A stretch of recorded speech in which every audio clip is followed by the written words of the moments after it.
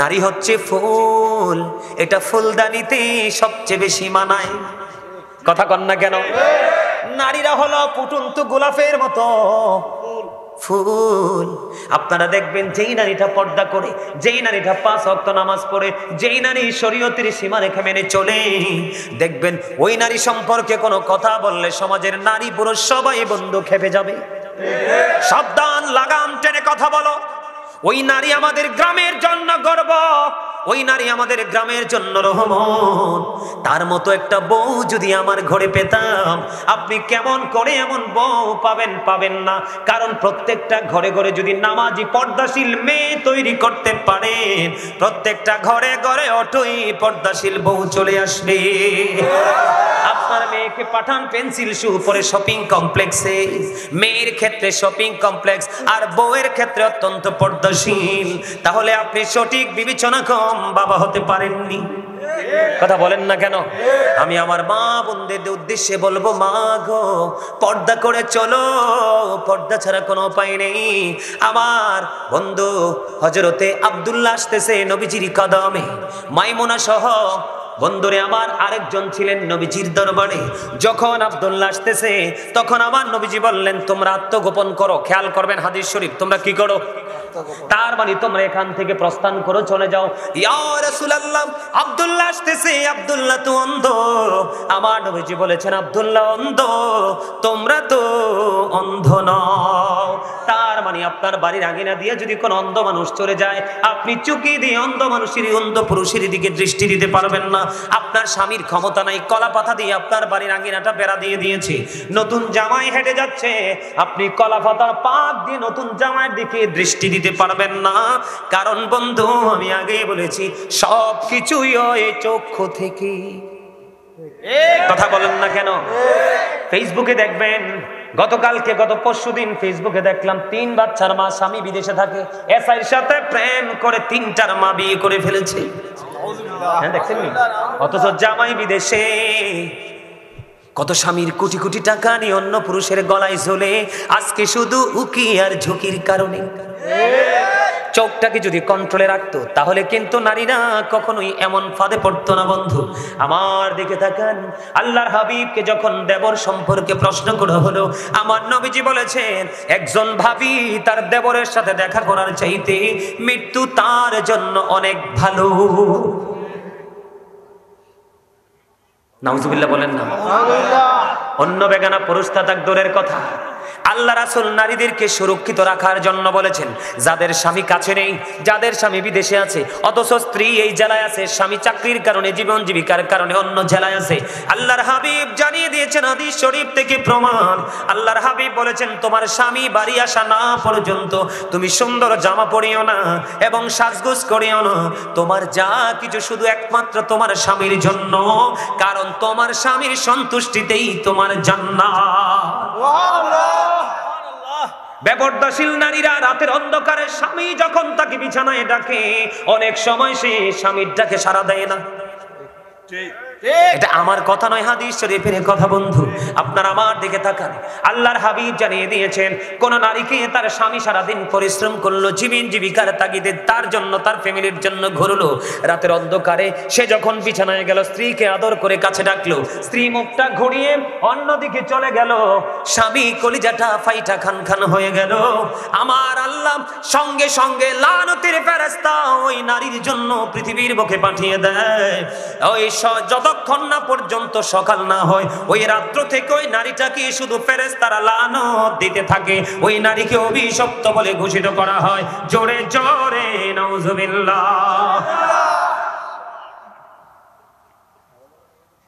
নারীদের পর্দা করতে হবে বেশি করে, আর এই দায়িত্ব নিতে হবে পুরুষদেরকে। আপনি স্বামী হয়ে স্ত্রী বন্ধু এলোমেলো ঘোরাফেরা করছে, চলাফেরা করছে, আপনি কিন্তু তার আপনার স্ত্রীর দিকে নজরও দিচ্ছেন না, তাহলে এটার জন্য দায়ী হবেন আপনি। বাঁচার উপায় নাই। আপনি ফরেজগার স্বামী, কিন্তু বউ এলোমেলো চলছে, আপনার আমলের কোনো মূল্য নেই আল্লাহর কাছে। আল্লাহর হাবিব বলেছেন, নারীরা হলো গোপনীয় জীব, তারা গোপনে থাকবে, তাদের সর্বোচ্চ সম্মান থাকবে। যখন তারা ঘর থেকে বের হয়ে প্রকাশিত হবে, তখন শয়তান তাদেরকে দেখলে উকি ঝুঁকি দেয়। জোরে জোরে নাউজুবিল্লাহ। আপনারা তো জানেন না, নারীকে শয়তান মনে করে রশি। কোন শয়তান যদি কোন পুরুষকে, চরিত্রবান পুরুষকে যদি ঘায়েল করতে চায়, কোন সুপুরুষের গায়ে যদি কলঙ্কের কালি লাগাইতে চায়, তখন শয়তান কোনোভাবে ফাঁদ ফেলতে পারে না। একটা নারীর মাধ্যমে ওই পুরুষের গায়ে, সাদা গায়ে কালো দাগ লাগাইয়া দেয়। এই জন্য নারীদেরকে অত্যন্ত সচেতন থাকতে হবে, অ্যালার্ট থাকতে হবে। স্বামীর অনুমতি ছাড়া এই বাড়ি থেকে ওই বাড়িও যেতে পারবেন না। স্বামী অনুমতি দিলে এই বাড়ি থেকে ওই বাড়ি যাবেন, তবে পর্দা করে, পর্দা ছাড়া নয়। কারণ কার নজর কেমন আপনি কখনোই বলতে পারবেন না। আরো ভয়ঙ্কর খবর আছে বন্ধু, নারীরা বর্তমানে পুরুষের পোশাক পরে। আপনারা দেখছেন কিনা জানি না, এখন দেখবেন ম্যাক্সিমাম নারীর পরনে দেখবেন পুরুষের জুতা। কথা কন না কেন? আমি ভুল বলছি না, কিন্তু আমি দেখেই বলছি ম্যাক্সিমাম নারীর পরনে। আপনারা দেখেন, আমরা তো পুরুষ, ওনারা মনে করতে পারে যে হুজুরে পুরুষ দেখে মনে আমাদেরকে বেশি বলতেছে। না, আমি আপনাদেরকে বলি, আমরা পুরুষ মানুষ, মার্কেটে গেলে আমাদের একটা লুঙ্গি, একটা গেঞ্জি, একটা শার্ট, একটা পায়জামা, একটা প্যান্ট, এই তো আমরা পুরুষদের। আর শপিং মলে গেলে যেদিকে তাকাবেন শুধু নারীদের জিনিস। কতটা ধ্বংস হয়েছে নারীরা। আপনারা সাধারণ মানুষের বিপদের কোনো টেনশন নাই। আপনাদের ইমাম সাহেবকে চিনেননি? ওনাকে এখানে আসেনি তিনজনের মধ্যে কে আপনাদের ইমাম সাহেব? কোনটা? আঙ্গুল দিয়ে দেখান তো, কোনটা? আমার লগেরটা? এইটা? আরে বুঝেন, আপনি একটু ধৈর্য ধরেন না। ইমাম সাহেব কোনটা? মাঝেরটা? খতিব সাহেব আসেনি? কোনটা? এইটা? অমর খোদা, এই এত বালাই বুঝে। আলহামদুলিল্লাহ কোন? তার মানে ইমাম সাহেবকে ভালো করে চিন্তা রাখছেন, মোটামুটি সম্ভাবনা আছে পার পাওয়ার। আল্লাহ কি কইছে? আমার প্রিয় লোকেদের সাথে যুক্ত হও আর আমার জান্নাতে চলে এসো। বলছে কে? আল্লাহ। এখন প্রিয় লোক দুই ধরনের। কয় ধরনের? প্রিয় লোক, হ্যাঁ কথা বলবা না কিন্তু, একদম ডোন্ট ডিস্টার্ব। প্রিয় লোক কয় ধরনের? একটা হলো হুজুররা। কারা? কারণ হুজুররা আল্লাহরে বেশি ভয় করে। পৃথিবীতে যত মানুষ আছে, ইহুদি, খ্রিস্টান, বেঈমান, কাফের ছাড়া মুসলমানদের মধ্যে সবচেয়ে বেশি ভয় যদি কেউ করে থাকে, সেটা হলো আলেমরা, হক্কানি আলেমরা। সব আলেম না আবার। ইন্নামা ইয়াখশাল্লাহা মিন ইবাদিহিল উলামা। বলছে কি? কথা কয় না? আল্লাহ। এটা হুজুরের ওয়াজ, কার ওয়াজ? আপনাদের ইমাম সাহেবদের ওয়াজ। আপনাদের মধ্যে আপনাদের পছন্দের পিসাব আছে না? কথা কয় না? পিসাব আছে না? এই পিসাব হলো আরেকটা মাধ্যম। তাফসিরে রুহুল বয়ানের মধ্যে আসছে আল্লাহর ওলির কথা, তাফসিরে মাঝহারির মধ্যে এসেছে আল্লাহর ওলির কথা। এই প্রিয় লোকেদের মধ্যে তাফসিরে কদরের মধ্যে যুক্ত করা হয়েছে হক্কানি আলেমদেরকেও। কারণ হক্কানি আলেমরা হলো আল্লাহ রাসূলের বিধি বিধানের খনি। সুবহানাল্লাহ। আপনারা মনে আমার কথা বুঝেন না? না বুঝে? বুঝে? আচ্ছা, আসল জায়গা তাইতেছি, একটু পরে বুঝবেন। ঘন্টা জন বাড়ি দিব তখন বুঝবেন।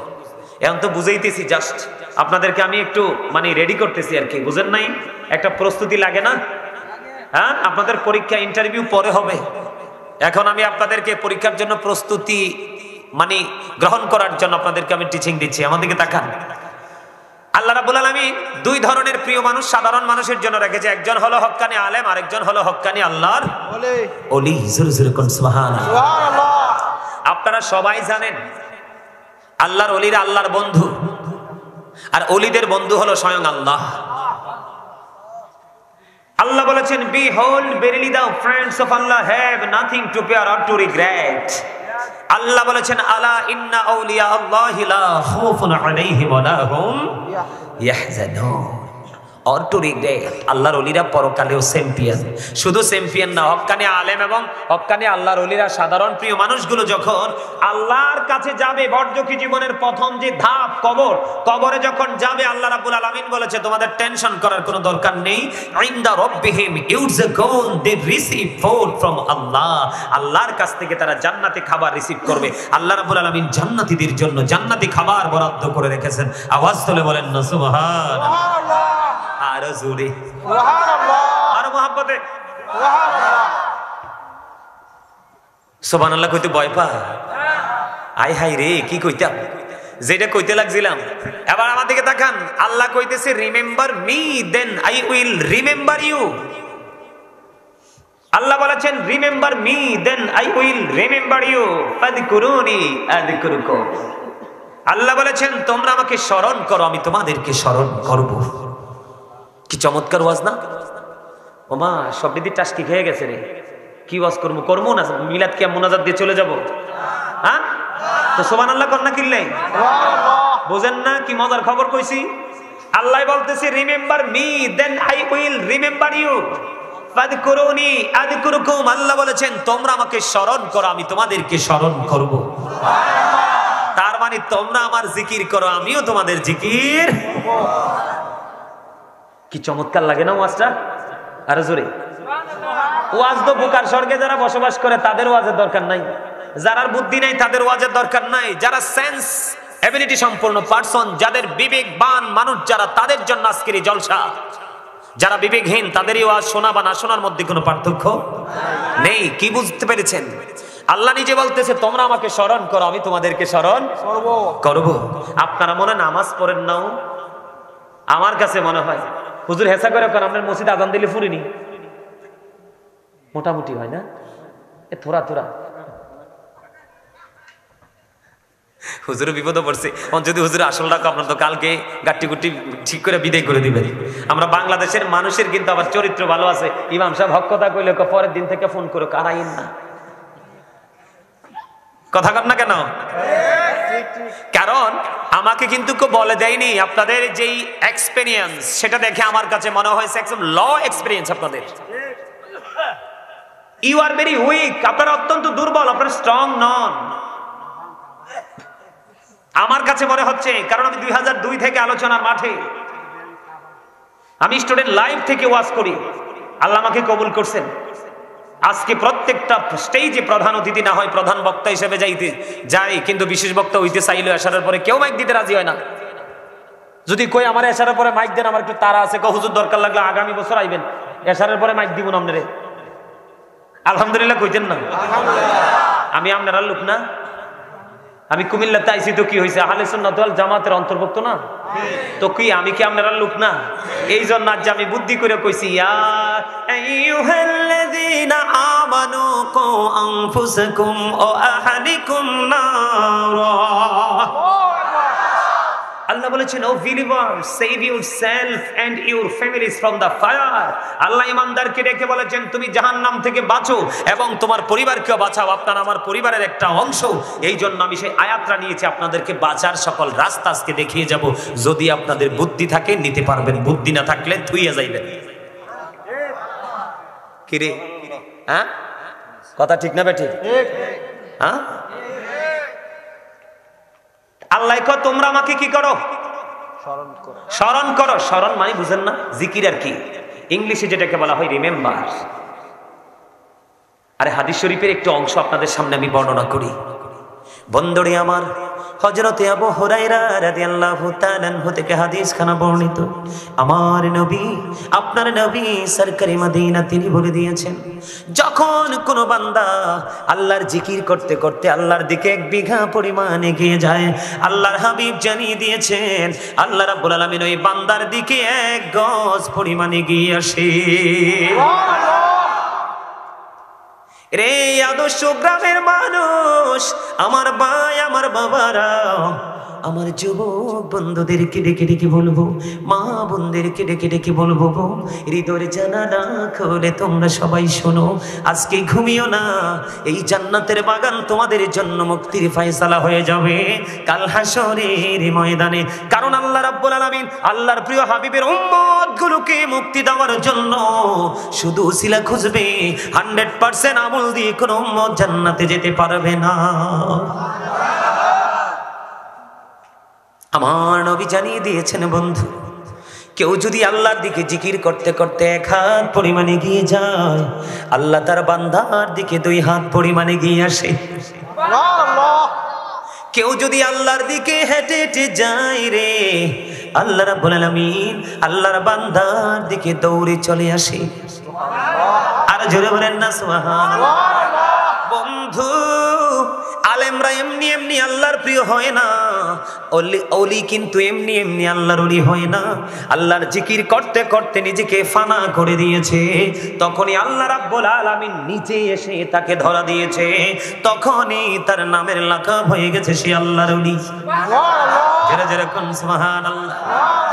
আপনি যদি এখান মাহফিল থেকে যদি আপনি বের হয়ে যান, আপনি মাহফিল থেকে ধরেন 2 মাইল দূর থেকে এসেছেন বা 1 কিলোমিটার দূর থেকে এসেছেন, আপনার পথিমধ্যে একজন লোক আপনার সাথে দিদার হয়ে গেল, সেই লোকটা আপনাকে প্রশ্ন করলো, আমি তো মাহফিলে যাইনি, ইচ্ছে করে যাইনি, আমি হুজুর টুজুর পছন্দ করি না, পছন্দ করি শিল্পী, সিনেমার নায়ক এবং ক্রিকেটার, তুমি যে মাহফিলে গিয়েছিলে গাজী সুলাইমানের মাহফিলে আজকে আলোচনা শুনেছো, তুমি কি বলতে পারবা আল্লাহ এতক্ষণ পর্যন্ত কি করেছে? তুমি যদি মুমিন হও, আমি আজকে বলে দিলাম ওই ব্যক্তির প্রশ্নের জবাবে তুমি সঙ্গে সঙ্গে বলে দিবি যে এতক্ষণ পর্যন্ত আল্লাহ আমার জিকির করেছে। এটা আমার কথা নয়, আপনারা আমার প্রাণের নবী সরকারে মদিনা তিনি বলে দিয়েছেন। এই যে আমরা যে এখানে যারা জিকিরের জলসায় একত্রিত হয়েছি বন্ধু, এখানে নামাজি আছে, বেনামাজি আছে, আছে না? পাপী আছে, নেকি আছে, ইমানদার আছে, মুনাফিক আছে, আছে কিন্তু কেউ হালাল উপার্জন করে, কেউ সুদের মাধ্যমে করে, কেউ দিনের বেলা ইনকাম করে, কেউ রাতে চুরি ডাকাতি করে, এরকম লোক আছে না নাই? শুধু আপনাদের এই আদর্শ গ্রামে না, বাংলাদেশ তথা পৃথিবীর সব জায়গায় গেলে নেগেটিভ পজিটিভ আছে। এখানে শিক্ষিত আছে, মূর্খও আছে, বুদ্ধিমান আছে, বুদ্ধিহীন আছে, সব ধরনের মানুষ নিয়ে একটা নুরানি জলসা সাজানো হলো গো। ও বন্ধু, এই জলসা সম্পর্কে আমার আল্লাহ জানিয়ে দিয়েছেন, খবরটা ইনশিওর করেছেন, নিশ্চিত করেছেন আপনার আমার প্রাণের নবী। নবীজি বলে দিয়েছেন, পৃথিবীর বুকে কেউ যদি ছোট্ট জলসায় বসে মালিকের জিকির করে রে, আল্লাহ রাব্বুল আলামিন কথা দিয়েছে, আল্লাহ বলেছেন তার চাইতে উত্তম জলসায় আমি আমার বান্দার জিকির করি। জোরে জোরে বলেন না সুবহানাল্লাহ। আল্লাহকে রাজি করতে হবে, আল্লাহকে খুশি করতে হবে। আল্লাহকে রাজি করতে না পারলে বন্ধু আপনার জীবন দুনিয়ায় ধ্বংস, আখিরাতেও ধ্বংস। আমি আপনাদেরকে বলে দেই, আল্লাহ রাব্বুল আলামিন হাদিস, আল্লাহ রাব্বুল আলামিন পবিত্র কালামে হাকিম দ্বারা তিনি আমাদেরকে জানিয়ে দিয়েছেন, ইয়া আইয়ুহাল্লাযীনা আমানু যকুরুল্লাহা যিকরান কাসীরা ওয়াসাব্বিহুহু বুকরাতাও ওয়াসীলা। আল্লাহ রাব্বুল আলামিন বলেছেন, ঈমানদারেরা তোমরা বেশি বেশি করে আল্লাহর জিকির করো, সকাল টু সন্ধ্যা আল্লাহর পবিত্রতা ঘোষণা করো। হুজুর জিকিরটা কেমন করে করব? ফাযকুরুল্লাহা কিয়ামান, তুমি দাঁড়িয়ে দাঁড়িয়ে মাওলার জিকির করো, কুউদান বসে বসে জিকির করো, ওয়া আলা যুনুবিকুম শুয়ে শুয়ে মালিকের জিকির করো, তারপরেও জিকির ছাড়া যাবে না। বলে হুজুর আমি ছেড়ে দিব, জিকির করব না, আমি জিকির করব না, এটা আপনার পার্সোনাল ম্যাটার, এটা আপনার পার্সোনাল ইখতিয়ার। তবে মনে রাখবেন, যারা জিকির করে তারা হলো জিন্দা, যারা জিকির করে না তারা হলো মরা। যারা জিকির করে তারা হলো জাকির, জিন্দা। যারা জিকির করে না তারা হলো কাফের, মানে মুর্দা। ওই যে আমি আপনাদের শুরু থেকে বলেছি, মানুষের আত্মা যদি জিন্দা থাকে তাকে বলা হয় জিন্দা, মানুষের আত্মা যদি সুস্থ থাকে তাকে বলা হয় সুস্থ। যে জিকির করে মনে করতে হবে তার ভিতরের মানুষ 100% স্ট্রং। বৈজ্ঞানিকদের গবেষণা এসেছে বন্ধু, জিকিরের মাধ্যমে আল্লাহর সাথে কথা হয়ে যায়, আল্লাহকে রাজি করা যায়। সায়েন্টিফিকদের গবেষণায় বের হয়ে এসেছে, জিকা ইজ দা হার্ট মেডিসিন, জিকির হলো হার্টের ঔষধ। যত বেশি জিকির করবেন আপনার হার্ট তত বেশি সুস্থ থাকবে। এতক্ষণে মনে হয় যে আপনারা কত পার্সেন্ট কইতাম? 40%, 70% দিতাম। আপনাদের ইমাম সাহেব কইছে, আপনাদের খতিব সাহেব তো উনি কইছে 70%, যাক 70% দিয়ে দিলাম, তবে আরো 30% বাকি আছে। যদি 30% সহ 100% হতে পারেন তাইলে আজকে আমি কিন্তু আজকে মুসাফি, ঠিক নিও, আমি দোয়া করলে কিন্তু আল্লাহ শুনবে আজকে, তাহলে প্রাণ ভরে দোয়া করে যাবো। আর যদি 70% এর মধ্যে সীমাবদ্ধ থাকেন তাইলে কিন্তু রাগ হয়ে যাবো, তো শেষ। আর যে মাহফিল লাভ হইতো না, হইব মেহমান কষ্ট পাইয়া গেলে কি তারা কাম হইব? কোনো কাম হইতো না। আপনারা যদি সামনাসামনি জিজ্ঞেস নাও করেন, আগামী শুক্রবারে পার্সোনালি লিখিত কইন, হুজুর যে কইছে রে হেসানি কথা কান না কিনলে। আরে বড় করি গো সুবহানাল্লাহ, বদ্দা রাগ কেন বড় করি গো। এবার বোঝ হইছে না? সুবহানাল্লাহ কইতেন, কই কর না কিনলে। হযরত উবাইদুল্লাহ রাদিয়াল্লাহু তাআলা আনহু প্রশ্ন করলেন, নবী গো সুবহানাল্লাহর মানিটা কি? হাদিস শরীফ। আমার নবী বললেন, সুবহানাল্লাহর মানি জানতে চাও? সুবহানাল্লাহর মানিটা হলো পৃথিবী এবং পৃথিবীর মধ্যে যা কিছু আছে তাহা থেকে যাহা পবিত্র তাহাই হলো সুবহানাল্লাহ। এটা কে? মালিক। There is no but Allah. সে আল্লাহ ব্যতীত কোনো উপাস্য নেই, কোনো ইলাহ নেই। কুল হু আল্লাহু আহাদ, Allah is one. Allah the first failer is the Lord of all, Rabbul Alamin. Muhammadur Rasulullah sallallahu alaihi wasallam is the blessing for the world, rahmatan lil alamin. বুঝেন না কেন? বুঝে নিতে হবে। এই স্বাস্থ্য ভাই, তুই তো কালা হাসুস কিনলাই। কালা মানুষ কিন্তু আমি বেশি পছন্দ করি। আরে আই তোরে চিনছি, মুখ ঘুরাইলে লাভ হইতো নাই, সিল মারছি। হাসি দিও না, এটা হাসির জায়গা না। তারে দেখলে হযরত বেলাল যে কেমন কালা আসিল, তারে দেখলে মনে হয় এটা। সুবহানাল্লাহ কর না কেন? সুবহানাল্লাহ। আরে জোরে সুবহানাল্লাহ। কালা মানুষ আমার পছন্দ। কালা মানুষের ভিতরে কোনো অহংকার নাই, সৌন্দর্য এর ভিতরে হুদা হিংসা। কি কো? হ্যাঁ মিছা কইছি? এই মিয়া, নবীর প্রেমিক, নবীর শ্রেষ্ঠ প্রেমিক হিসাবে খ্যাত হযরত বেলাল, হাবশীর বেলাল কালো। মূসা নবীর সাথে যিনি সর্বপ্রথম জান্নাতে বন্ধু হয়ে যাবে, আলী বিন মুয়াফিক, এত কালা, এত বিশ্রী। মূসা নবী দেখে আশ্চর্য হয়ে গেছে, তারই রহস্য কি আমার প্রিয় হয়ে গেল, আমার সাথে সর্বপ্রথম জান্নাতে বন্ধু হয়ে যাবে। যখন হাঁটতে হাঁটতে আলী বিন মুয়াফিকের সাথে বাড়ি পর্যন্ত চলে গেল, যাইয়া দেখি এত বড় মা, গায়ে পিঁপড়া বসলো, সরাতে পারে না। দুই হাত তুলে আল্লাহর দরবারে হাত তুলে মা দোয়া করে, মনিব আমার ছেলেটা আমাকে এত বেশি ভালোবাসে গো, তাকে আমার নবী মুসা নবীর বন্ধু বানাইয়া জান্নাতে দিও। মুসা নবী তো সকল রহস্য খুঁজে পেয়ে গেছে। বাংলাদেশের ঘরে ঘরে যতগুলো কালো কালো বউ আছে, এর মধ্যে দু চারটা যদি একটু খারাপ আর না হয় 98% কালো বউ ভদ্র। কথা বলেন না কেন? আর বাংলাদেশের মধ্যে যত সুন্দর সুন্দর বউ আছে ঘরের মধ্যে 98%ই হলো বেয়াদব। শ্বশুর মানে না, শাশুড়ি মানে না, জামাই মানে না, কারণ তার মধ্যে শুধু অহংকার কাজ করে। কিন্তু সে জানে না আল্লাহ বলেছে, আল্লাহ অহংকারীকে দেখতেই পারে না। ইন্নাহু লা ইউহিব্বুল মুস্তাকবিরিন। আল্লাহু আকবার। ওয়াজ করতেছি আমি, ধীরে ধীরে দুর্বল হয়ে পড়তেছে তারা। আমার ওয়াজটা মজা লাগে না? আরে কত মজার ওয়াজ, প্রতিদিনই করি, মানুষকে বুঝাইতে গেলে মাঝে মাঝে করি, তারপরেও মনে হয় যে সাদরা মিটে না। জিকিরটা কাকে বলে জানেন?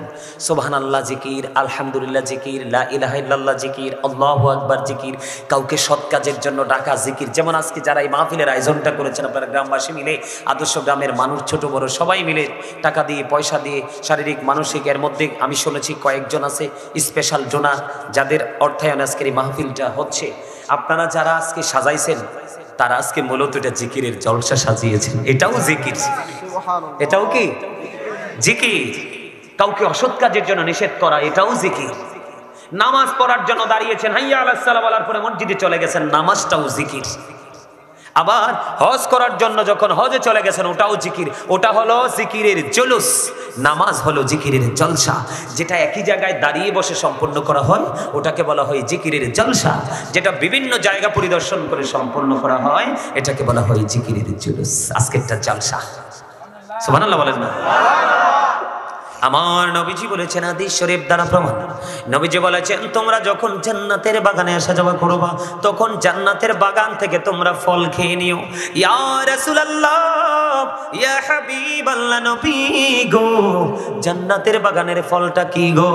আমার নবী জানিয়ে দিয়েছেন, জান্নাতের বাগানের ফল খেতে চাই। ইয়া রাসূলুল্লাহ, খেতে চাই, জানতে চাই।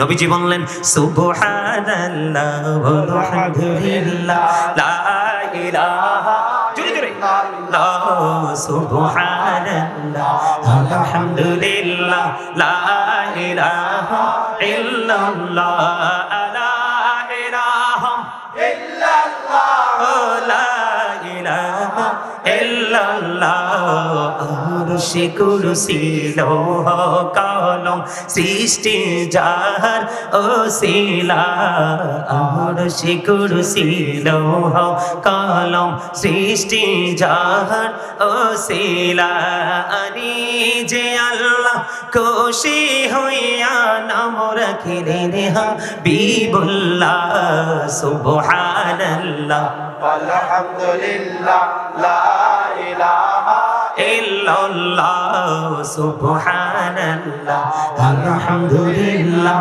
লা ইলাহা ইল্লাল্লাহ লা ইলাহা ইল্লাল্লাহ লা ইলাহা ইল্লাল্লাহ নবী আমার নূরের পুতুল জগৎ করলেন ও জালা নবী আমার নূরের পুতুল জগৎ করলেন ও জালা রোজ হাসরে করবেন তিনি উম্মতের ফয়সালা সুবহানাল্লাহ আলহামদুলিল্লাহ লা ইলাহা ইল্লাল্লাহ সুবহানাল্লাহ আলহামদুলিল্লাহ লা ইলাহা ইল্লাল্লাহ লা ইলাহা ইল্লাল্লাহ লা ইলাহা ইল্লাল্লাহ লা ইলাহা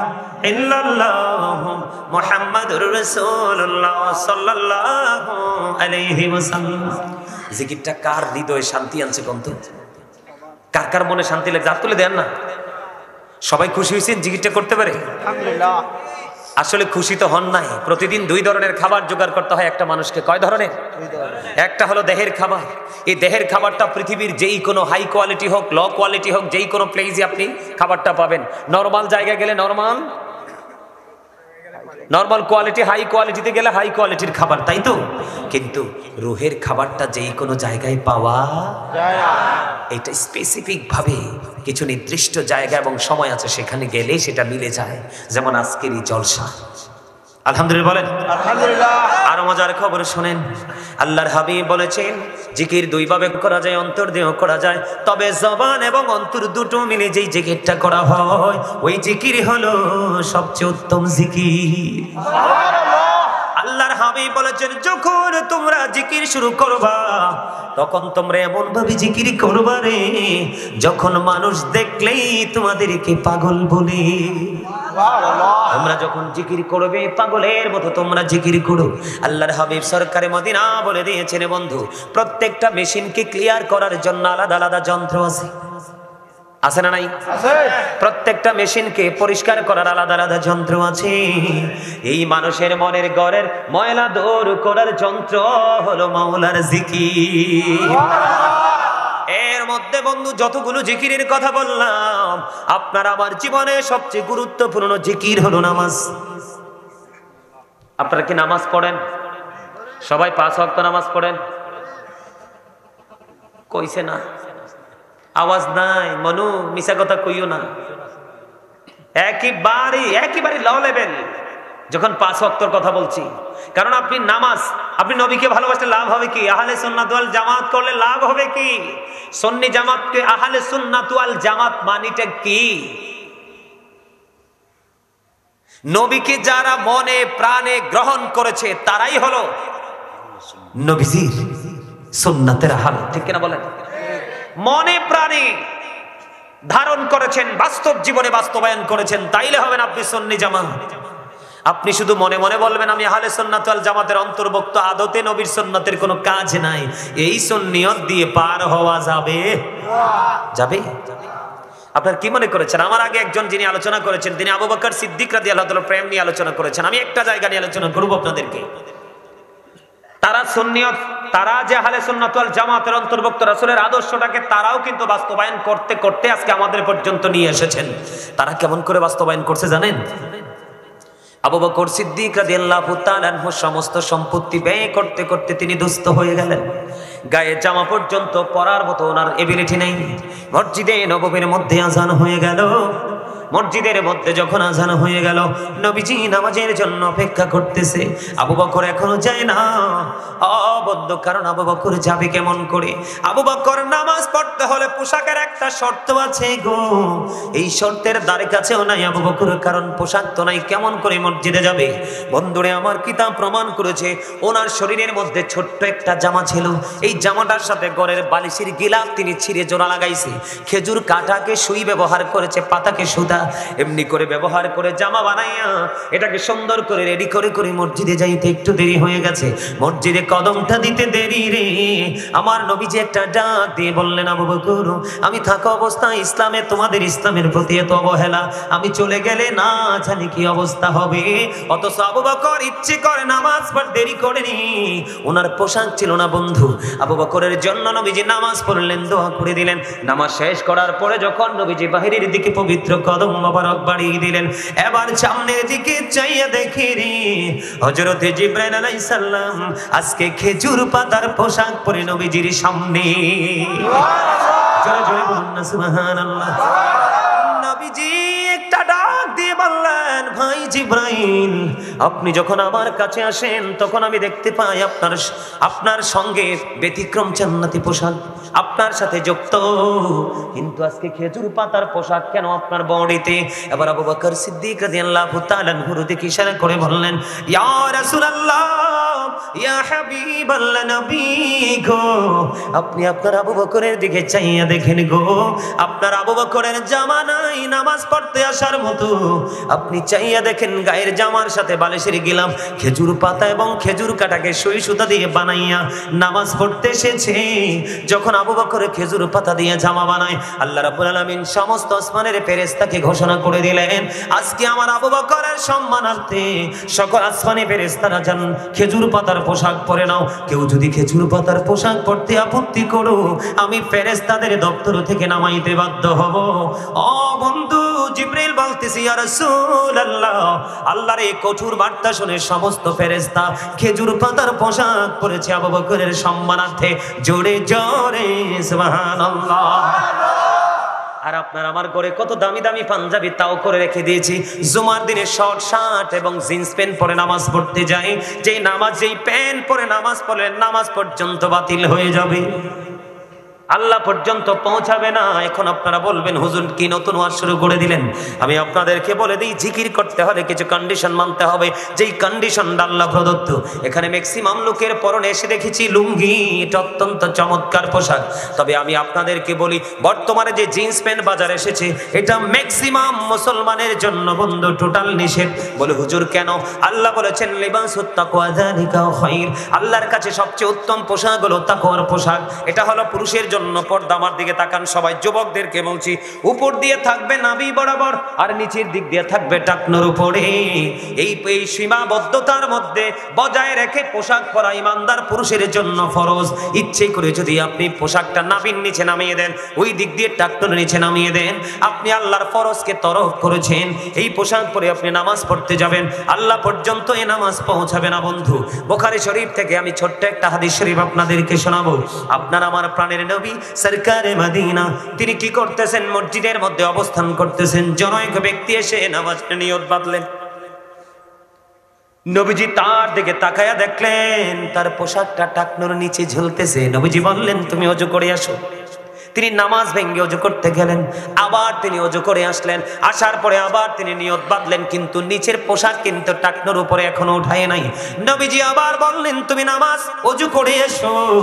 আবার তিনি ওযু করতে গেলেন নামাজ ভেঙ্গে, আবার তিনি ওযু করে আসলেন। এর মধ্যে আল্লাহর হাবিবকে প্রশ্ন করা হলো, ইয়া রাসূলুল্লাহ বারবার আপনি কেন কথাকে বলছেন ওযু করার জন্য? আমার নবীজি বলেছেন, কিয়ামত পর্যন্ত সে নামাজ পড়তে পারবে গো, তার নামাজ আল্লাহর দরবারে কবুল হবে না। কারণ মুসলমানের জন্য যে পোশাকের ফরজটা বেঁধে দিয়েছে, এই পোশাক থেকে সেই ফরজ থেকে সে আউট হয়ে গেছে। জোরে জোরে বলেন নাউজুবিল্লাহ। সবচেয়ে বড় লজ্জার খবর হলো, এটা লজ্জার বিষয় নয়, জানার বিষয়। শুক্রবার দিনে যে 5 ওয়াক্ত নামাজ পড়ে না, সপ্তাহে 6 দিন নামাজ পড়ে না, সেও কিন্তু জুমা পড়তে যায়। যাই কি যায় না? ম্যাক্সিমাম যুবক দেখবেন জিন্স প্যান্ট পরে শর্ট শার্ট অথবা শর্ট গেঞ্জি পরে যায়। আমি নিজের চোখেও দেখেছি, যখন একজন ব্যক্তির উপর দিয়ে লম্বা জামা থাকে না, সে যখন রুকুতে যায় 100% পিছনের কাতার থেকে তার লজ্জাস্থানটা দেখা যায়। কথা বলেন না কেন? আমি কি ভুল বলতেছি? লুঙ্গি বলেন, প্যান্ট বলেন, পায়জামা বলেন, ট্রাউজার বলেন, যেটাই বলেন, ইমানদার পুরুষ হিসাবে আল্লাহ রাব্বুল আলামিন অর্ডার করেছে আপনাকে কি করতে হবে? উপর দিয়ে নাভি বরাবর অথবা উপরে আর নিচের দিক দিয়ে টাকনুর উপরে। যেই যুবক আল্লাহর অর্ডারকে উপেক্ষা করে টাকনুর নিচে ঝুলিয়ে ঝুলিয়ে পোশাক পরবে, তার যৌবন যদিও সে তাগড়া জোয়ান হয়, তার যৌবন ধীরে ধীরে কমতে থাকবে। এখন আমাদের মধ্যে অনেক মেয়ে দেখা যায় অসভ্য। কথা কন না কেন?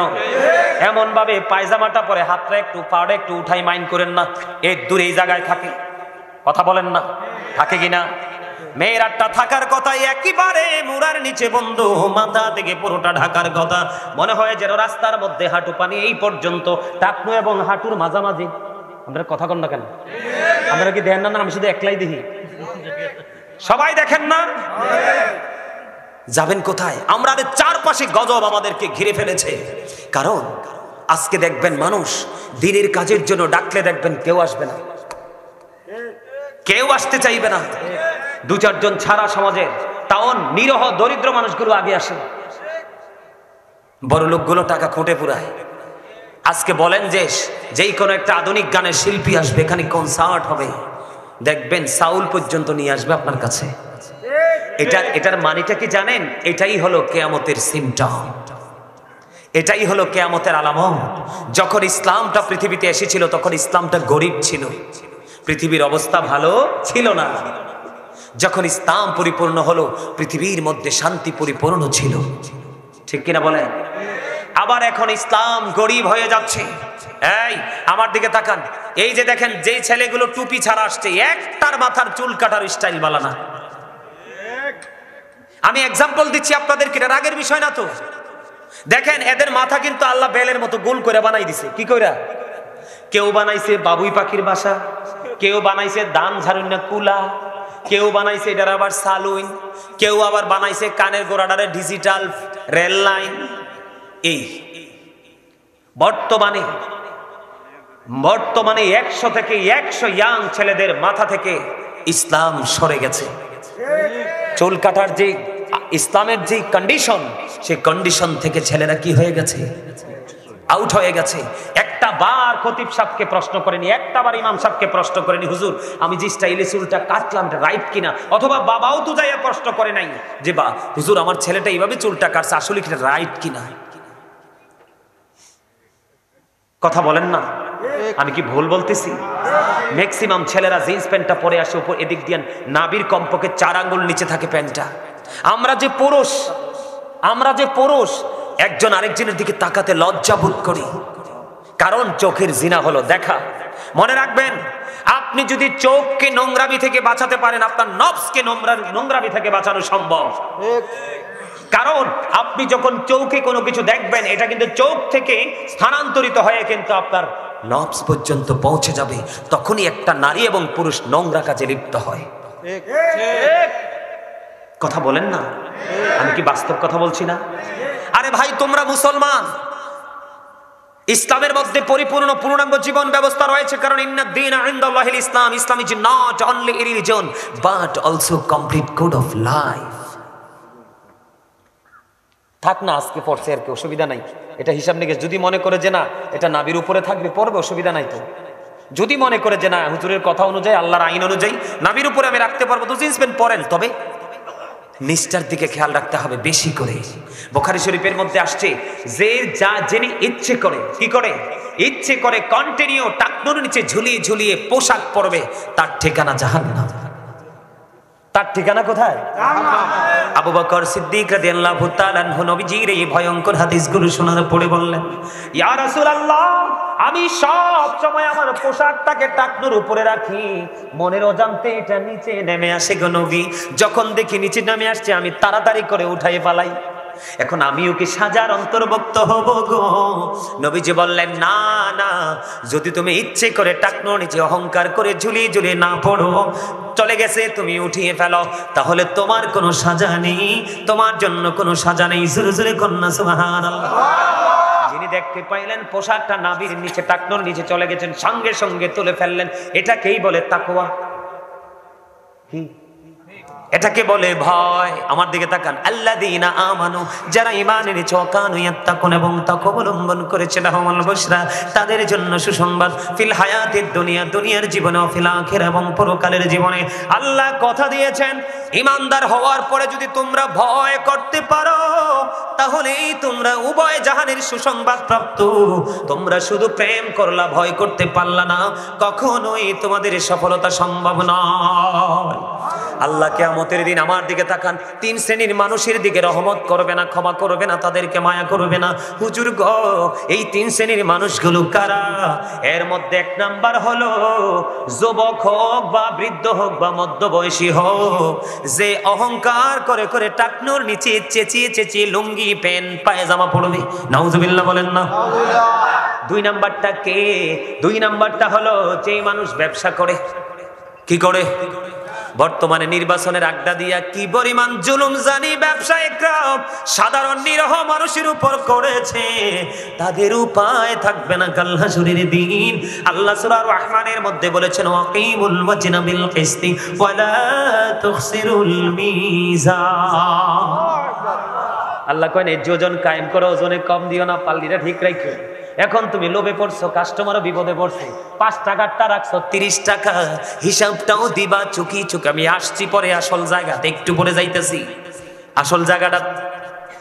2 নাম্বার হলো ব্যবসার মাধ্যমে মিথ্যা কথা বলে বলে কৌশল করে কাস্টমার থেকে টাকা হাতিয়ে নেয়। বলে হুজুর 3 নাম্বার কে? 3 নাম্বার হলো সমাজের মধ্যে কিছু টাকাওয়ালা মানুষ থাকে, মানুষ যখন বিপদে পড়ে তাকে হাওলাত দেবা যেই কোনো মাধ্যমে দেয়, কিন্তু সুযোগ পাইলে আবার তাকে খোঁটা দিয়ে কষ্টও দেয়। কথা কয় না? আপনারা কইলে কোন না কইলেন, এটা হাদিস শরীফের কথা। বিন্দু পরিমাণ ভুল যাবেনটা কোথায়? এই পোশাকের সাথে যুক্ত, এই জন্য হাদিস শরীফটা বললাম। পুরুষ কি করতে পারবে না? বলে হুজুর তাইলে এই পোশাকটা আবিষ্কার করছে কে? এই পোশাক তো কোনো ইমানদার আবিষ্কার করেনি, এটা সূত্রপাত করেছে বেঈমানের। আল্লাহ বলেছেন, ইন্নাল কাফিরিনা কানু লাকুম আদুওয়াম মুবিনা। আল্লাহ বলেছেন, the heretics are the eternal enemy of the believers. ইমানদারদের প্রকাশ্য শত্রু হলো বেঈমানেরা।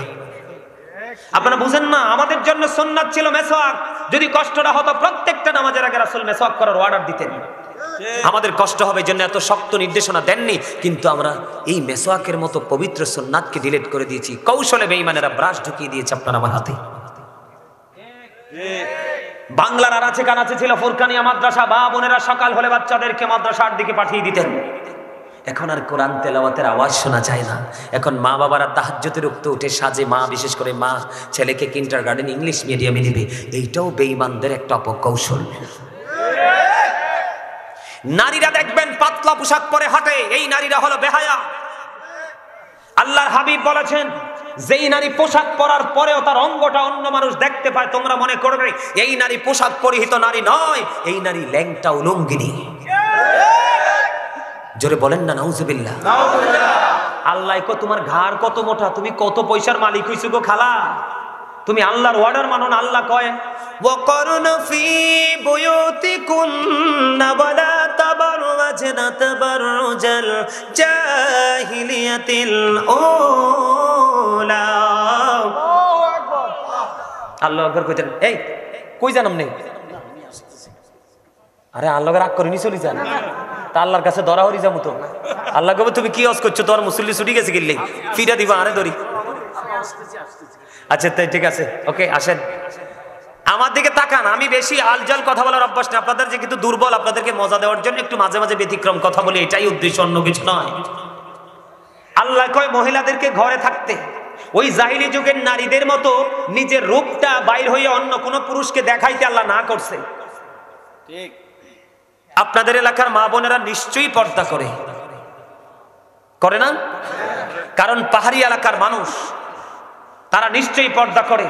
যদি তারা পর্দা করে তাদের জন্য ওয়েলকাম, আর যারা পর্দা করেন না তাদের জন্য একটু ওয়াজ। ঠিক না বেঠি? আল্লাহ কি বলছে?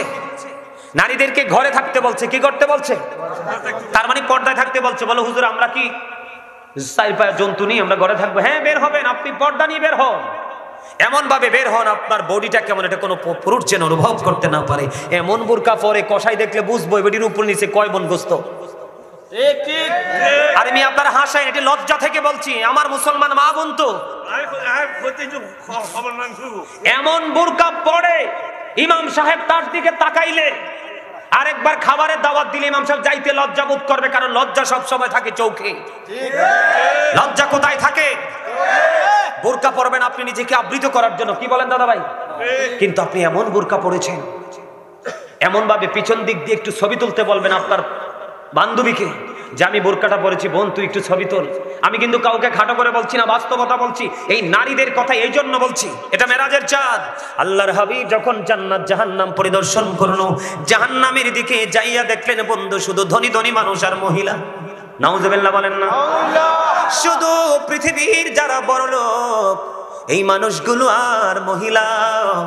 জান্নাতের দিকে নবীজি তাকায়া দেখলেন জান্নাতের মধ্যে শুধু পুরুষ আর গরিব মানুষ। মহিলাদের অবস্থা অত্যন্ত ভয়ঙ্কর। আমি বলবো একটা ছবি তুলবেন, বলবেন বোন একটা ছবি তোল, আমি দেখবো আমাকে কেমন লাগে। আপনি নিজে ছবি পিছন দিক দিয়ে একটা পিকচার তুলে তাকাবেন, যদি সত্যিকারই আপনার মধ্যে ন্যূনতম ঈমান থাকে, আপনার ছবি দেখলে আপনার কাছে লজ্জা লাগবে। কথা বলেন না কেন? নারী হচ্ছে ফুল, এটা ফুলদানিতে সবচেয়ে বেশি মানায়। কথা কন না কেন? নারীরা হলো ফুটন্ত গোলাপের মতো ফুল। আপনারা দেখবেন যেই নারীটা পর্দা করে, যেই নারীটা 5 ওয়াক্ত নামাজ পড়ে, যেই নারী শরীয়তের সীমারেখা মেনে চলে, দেখবেন ওই নারী সম্পর্কে কোনো কথা বললে সমাজের নারী পুরুষ সবাই বন্ধু খেপে যাবে। সাবধান, লাগাম টেনে কথা বলো। ওই নারী আমাদের গ্রামের জন্য গর্ব, ওই নারী আমাদের গ্রামের জন্য রহমত। তার মতো একটা বউ যদি আমার ঘরে পেতাম, আপনি কেমন করে এমন বউ পাবেন? পাবেন না। কারণ প্রত্যেকটা ঘরে ঘরে যদি নামাজি পর্দাশীল মেয়ে তৈরি করতে পারেন, প্রত্যেকটা ঘরে ঘরে অটোই পর্দাশীল বউ চলে আসবে। আপনার মেয়েকে পাঠান পেন্সিল শু পরে শপিং কমপ্লেক্সে, মেয়ের ক্ষেত্রে শপিং কমপ্লেক্স আর বউয়ের ক্ষেত্রে অত্যন্ত পর্দাশীল, তাহলে আপনি সঠিক বিবেচনা কম বাবা হতে পারেননি। কথা বলেন না কেন? আমি আমার মা বোনদের উদ্দেশ্যে বলবো, মা গো পর্দা করে চলো, পর্দা ছাড়া কোনো উপায় নেই। আমার বন্ধু হযরতে আব্দুল্লাহ আসতেছে নবীজির কদমে, মাইমুনা সহ বন্ধুরে আমার আরেকজন ছিলেন নবীজির দরবারে। যখন আব্দুল্লাহ আসতেছে তখন আমার নবীজি বললেন তোমরা আত্মগোপন করো। খেয়াল করবেন হাদিস শরীফ, তোমরা কি করো? তার মানে তোমরা এখান থেকে প্রস্থান করো, চলে যাও। ইয়া রাসূলুল্লাহ, আব্দুল্লাহ আসতেছে, আব্দুল্লাহ তো অন্ধ। আমার নবীজি বলেছেন আব্দুল্লাহ অন্ধ, তোমরা তো অন্ধ নও। তার মানে আপনার বাড়ির আঙিনা দিয়ে যদি কোনো অন্ধ মানুষ চলে যায়, আপনি চুকি দিয়ে অন্ধ মানুষের, অন্ধ পুরুষের দিকে দৃষ্টি দিতে পারবেন না। আপনার স্বামীর ক্ষমতা নাই, কলা পাতা দিয়ে আপনার বাড়ির আঙিনাটা বেড়া দিয়ে দিয়েছে, নতুন জামাই হেঁটে যাচ্ছে, আপনি কলা পাতার পাক দিয়ে নতুন জামাইয়ের দিকে দৃষ্টি দিতে পারবেন না। কারণ বন্ধু আমি আগেই বলেছি সব কিছুই ওই চক্ষু থেকে। কথা বলেন না কেন? ফেসবুকে দেখবেন, গতকালকে গত পরশুদিন ফেসবুকে দেখলাম 3 বাচ্চার মা, স্বামী বিদেশে থাকে, এসআইর সাথে প্রেম করে 3টার মা বিয়ে করে ফেলেছে। হ্যাঁ দেখছেন? অথচ জামাই বিদেশে। কত স্বামীর কোটি কোটি টাকা নিয়ে অন্য পুরুষের গলায় ঝোলে, আজকে শুধু উকি আর ঝুঁকির কারণে। চোখটাকে যদি কন্ট্রোলে রাখতো তাহলে কিন্তু নারীরা কখনোই এমন ফাঁদে পড়তো না। বন্ধু আমার দিকে তাকান, আল্লাহর হাবিবকে যখন দেবর সম্পর্কে প্রশ্ন করা হলো, আমার নবীজি বলেছেন একজন ভাবি তার দেবরের সাথে দেখা করার চাইতে মৃত্যু তার জন্য অনেক ভালো। নাউজুবিল্লাহ বলেন না? অন্য বেগানা পুরুষ তাক দূরের কথা, আল্লাহ রাসূল নারীদেরকে সুরক্ষিত রাখার জন্য বলেছেন, যাদের স্বামী কাছে নেই, যাদের স্বামী বিদেশে আছে, অথচ স্ত্রী এই জেলায় আছে, স্বামী চাকরির কারণে, জীবন জীবিকার কারণে অন্য জেলায় আছে, আল্লাহর হাবিব জানিয়ে দিয়েছেন হাদিস শরীফ থেকে প্রমাণ। আল্লাহর হাবিব বলেছেন, তোমার স্বামী বাড়ি আসা না পর্যন্ত তুমি সুন্দর জামা পরিও না এবং সাজগোজ করিও না। তোমার যা কিছু শুধু একমাত্র তোমার স্বামীর জন্য, কারণ তোমার স্বামীর সন্তুষ্টিতেই তোমার জান্নাত। বেপরদাশীল নারীরা রাতের অন্ধকারে স্বামী যখন তাকে বিছানায় ডাকে, অনেক সময় সে স্বামীর ডাকে সাড়া দেয় না। এটা আমার কথা নয়, হাদিস শরীফের কথা। বন্ধু, আপনারা আমার দিকে তাকান। আল্লাহর হাবিব জানিয়ে দিয়েছেন, কোন নারীকে তার স্বামী সারাদিন পরিশ্রম করলো, জীবন জীবিকার তাগিদে তার জন্য, তার ফ্যামিলির জন্য ঘুরলো, রাতের অন্ধকারে সে যখন বিছানায় গেল, স্ত্রীকে আদর করে কাছে ডাকলো, স্ত্রী মুখটা ঘুরিয়ে অন্যদিকে চলে গেল, স্বামী কলিজাটা ফাইটা খান খান হয়ে গেল। আমার আল্লাহ সঙ্গে সঙ্গে লানতের ফেরেশতা ওই নারীর জন্য পৃথিবীর বুকে পাঠিয়ে দেয়। ওই যতক্ষণ না পর্যন্ত সকাল না হয়, ওই রাত্র থেকে ওই নারীটাকে শুধু ফেরেশতারা লানত দিতে থাকে, ওই নারীকে অভিশপ্ত বলে ঘোষিত করা হয়। জোরে জোরে নাউজুবিল্লাহ। নারীদের পর্দা করতে হবে বেশি করে, আর এই দায়িত্ব নিতে হবে পুরুষদেরকে। আপনি স্বামী হয়ে স্ত্রী বন্ধু এলোমেলো ঘোরাফেরা করছে, চলাফেরা করছে, আপনি কিন্তু তার আপনার স্ত্রীর দিকে নজরও দিচ্ছেন না, তাহলে এটার জন্য দায়ী হবেন আপনি। বাঁচার উপায় নাই। আপনি ফরেজগার স্বামী, কিন্তু বউ এলোমেলো চলছে, আপনার আমলের কোনো মূল্য নেই আল্লাহর কাছে। আল্লাহর হাবিব বলেছেন, নারীরা হলো গোপনীয় জীব, তারা গোপনে থাকবে, তাদের সর্বোচ্চ সম্মান থাকবে। যখন তারা ঘর থেকে বের হয়ে প্রকাশিত হবে, তখন শয়তান তাদেরকে দেখলে উকি ঝুঁকি দেয়। জোরে জোরে নাউজুবিল্লাহ। আপনারা তো জানেন না, নারীকে শয়তান মনে করে রশি। কোন শয়তান যদি কোনো পুরুষকে, চরিত্রবান পুরুষকে যদি গায়েল করতে চায়, কোন সুপুরুষের গায়ে যদি কলঙ্কের কালি লাগাইতে চায়, তখন শয়তান কোনোভাবে ফাঁক ফেলতে পারে না। একটা নারীর মাধ্যমে ওই পুরুষের গায়ে, সাদা গায়ে কালো দাগ লাগাইয়া দেয়। এই জন্য নারীদেরকে অত্যন্ত সচেতন থাকতে হবে, অ্যালার্ট থাকতে হবে। স্বামীর অনুমতি ছাড়া এই বাড়ি থেকে ওই বাড়িও যেতে পারবেন না। স্বামী অনুমতি দিলে এই বাড়ি থেকে ওই বাড়ি যাবেন, তবে পর্দা করে, পর্দা ছাড়া নয়। কারণ কার নজর কেমন আপনি কখনোই বলতে পারবেন না। আরো ভয়ঙ্কর খবর আছে বন্ধু, নারীরা বর্তমানে পুরুষের পোশাক পরে। আপনারা দেখছেন কিনা জানি না, এখন দেখবেন ম্যাক্সিমাম নারীর পরনে দেখবেন পুরুষের জুতা। কথা কন না কেন? আমি ভুল বলছি না, কিন্তু আমি দেখেই বলছি, ম্যাক্সিমাম নারীর পরনে। আপনারা দেখেন, আমরা তো পুরুষ, ওনারা মনে করতে পারে যে হুজুরে পুরুষ দেখে মনে আমাদেরকে বেশি বলতেছে। না, আমি আপনাদেরকে বলি, আমরা পুরুষ মানুষ, মার্কেটে গেলে আমাদের একটা লুঙ্গি, একটা গেঞ্জি, একটা শার্ট, একটা পায়জামা, একটা প্যান্ট, এই তো আমরা পুরুষদের। আর শপিং মলে গেলে যেদিকে তাকাবেন শুধু নারীদের জিনিস।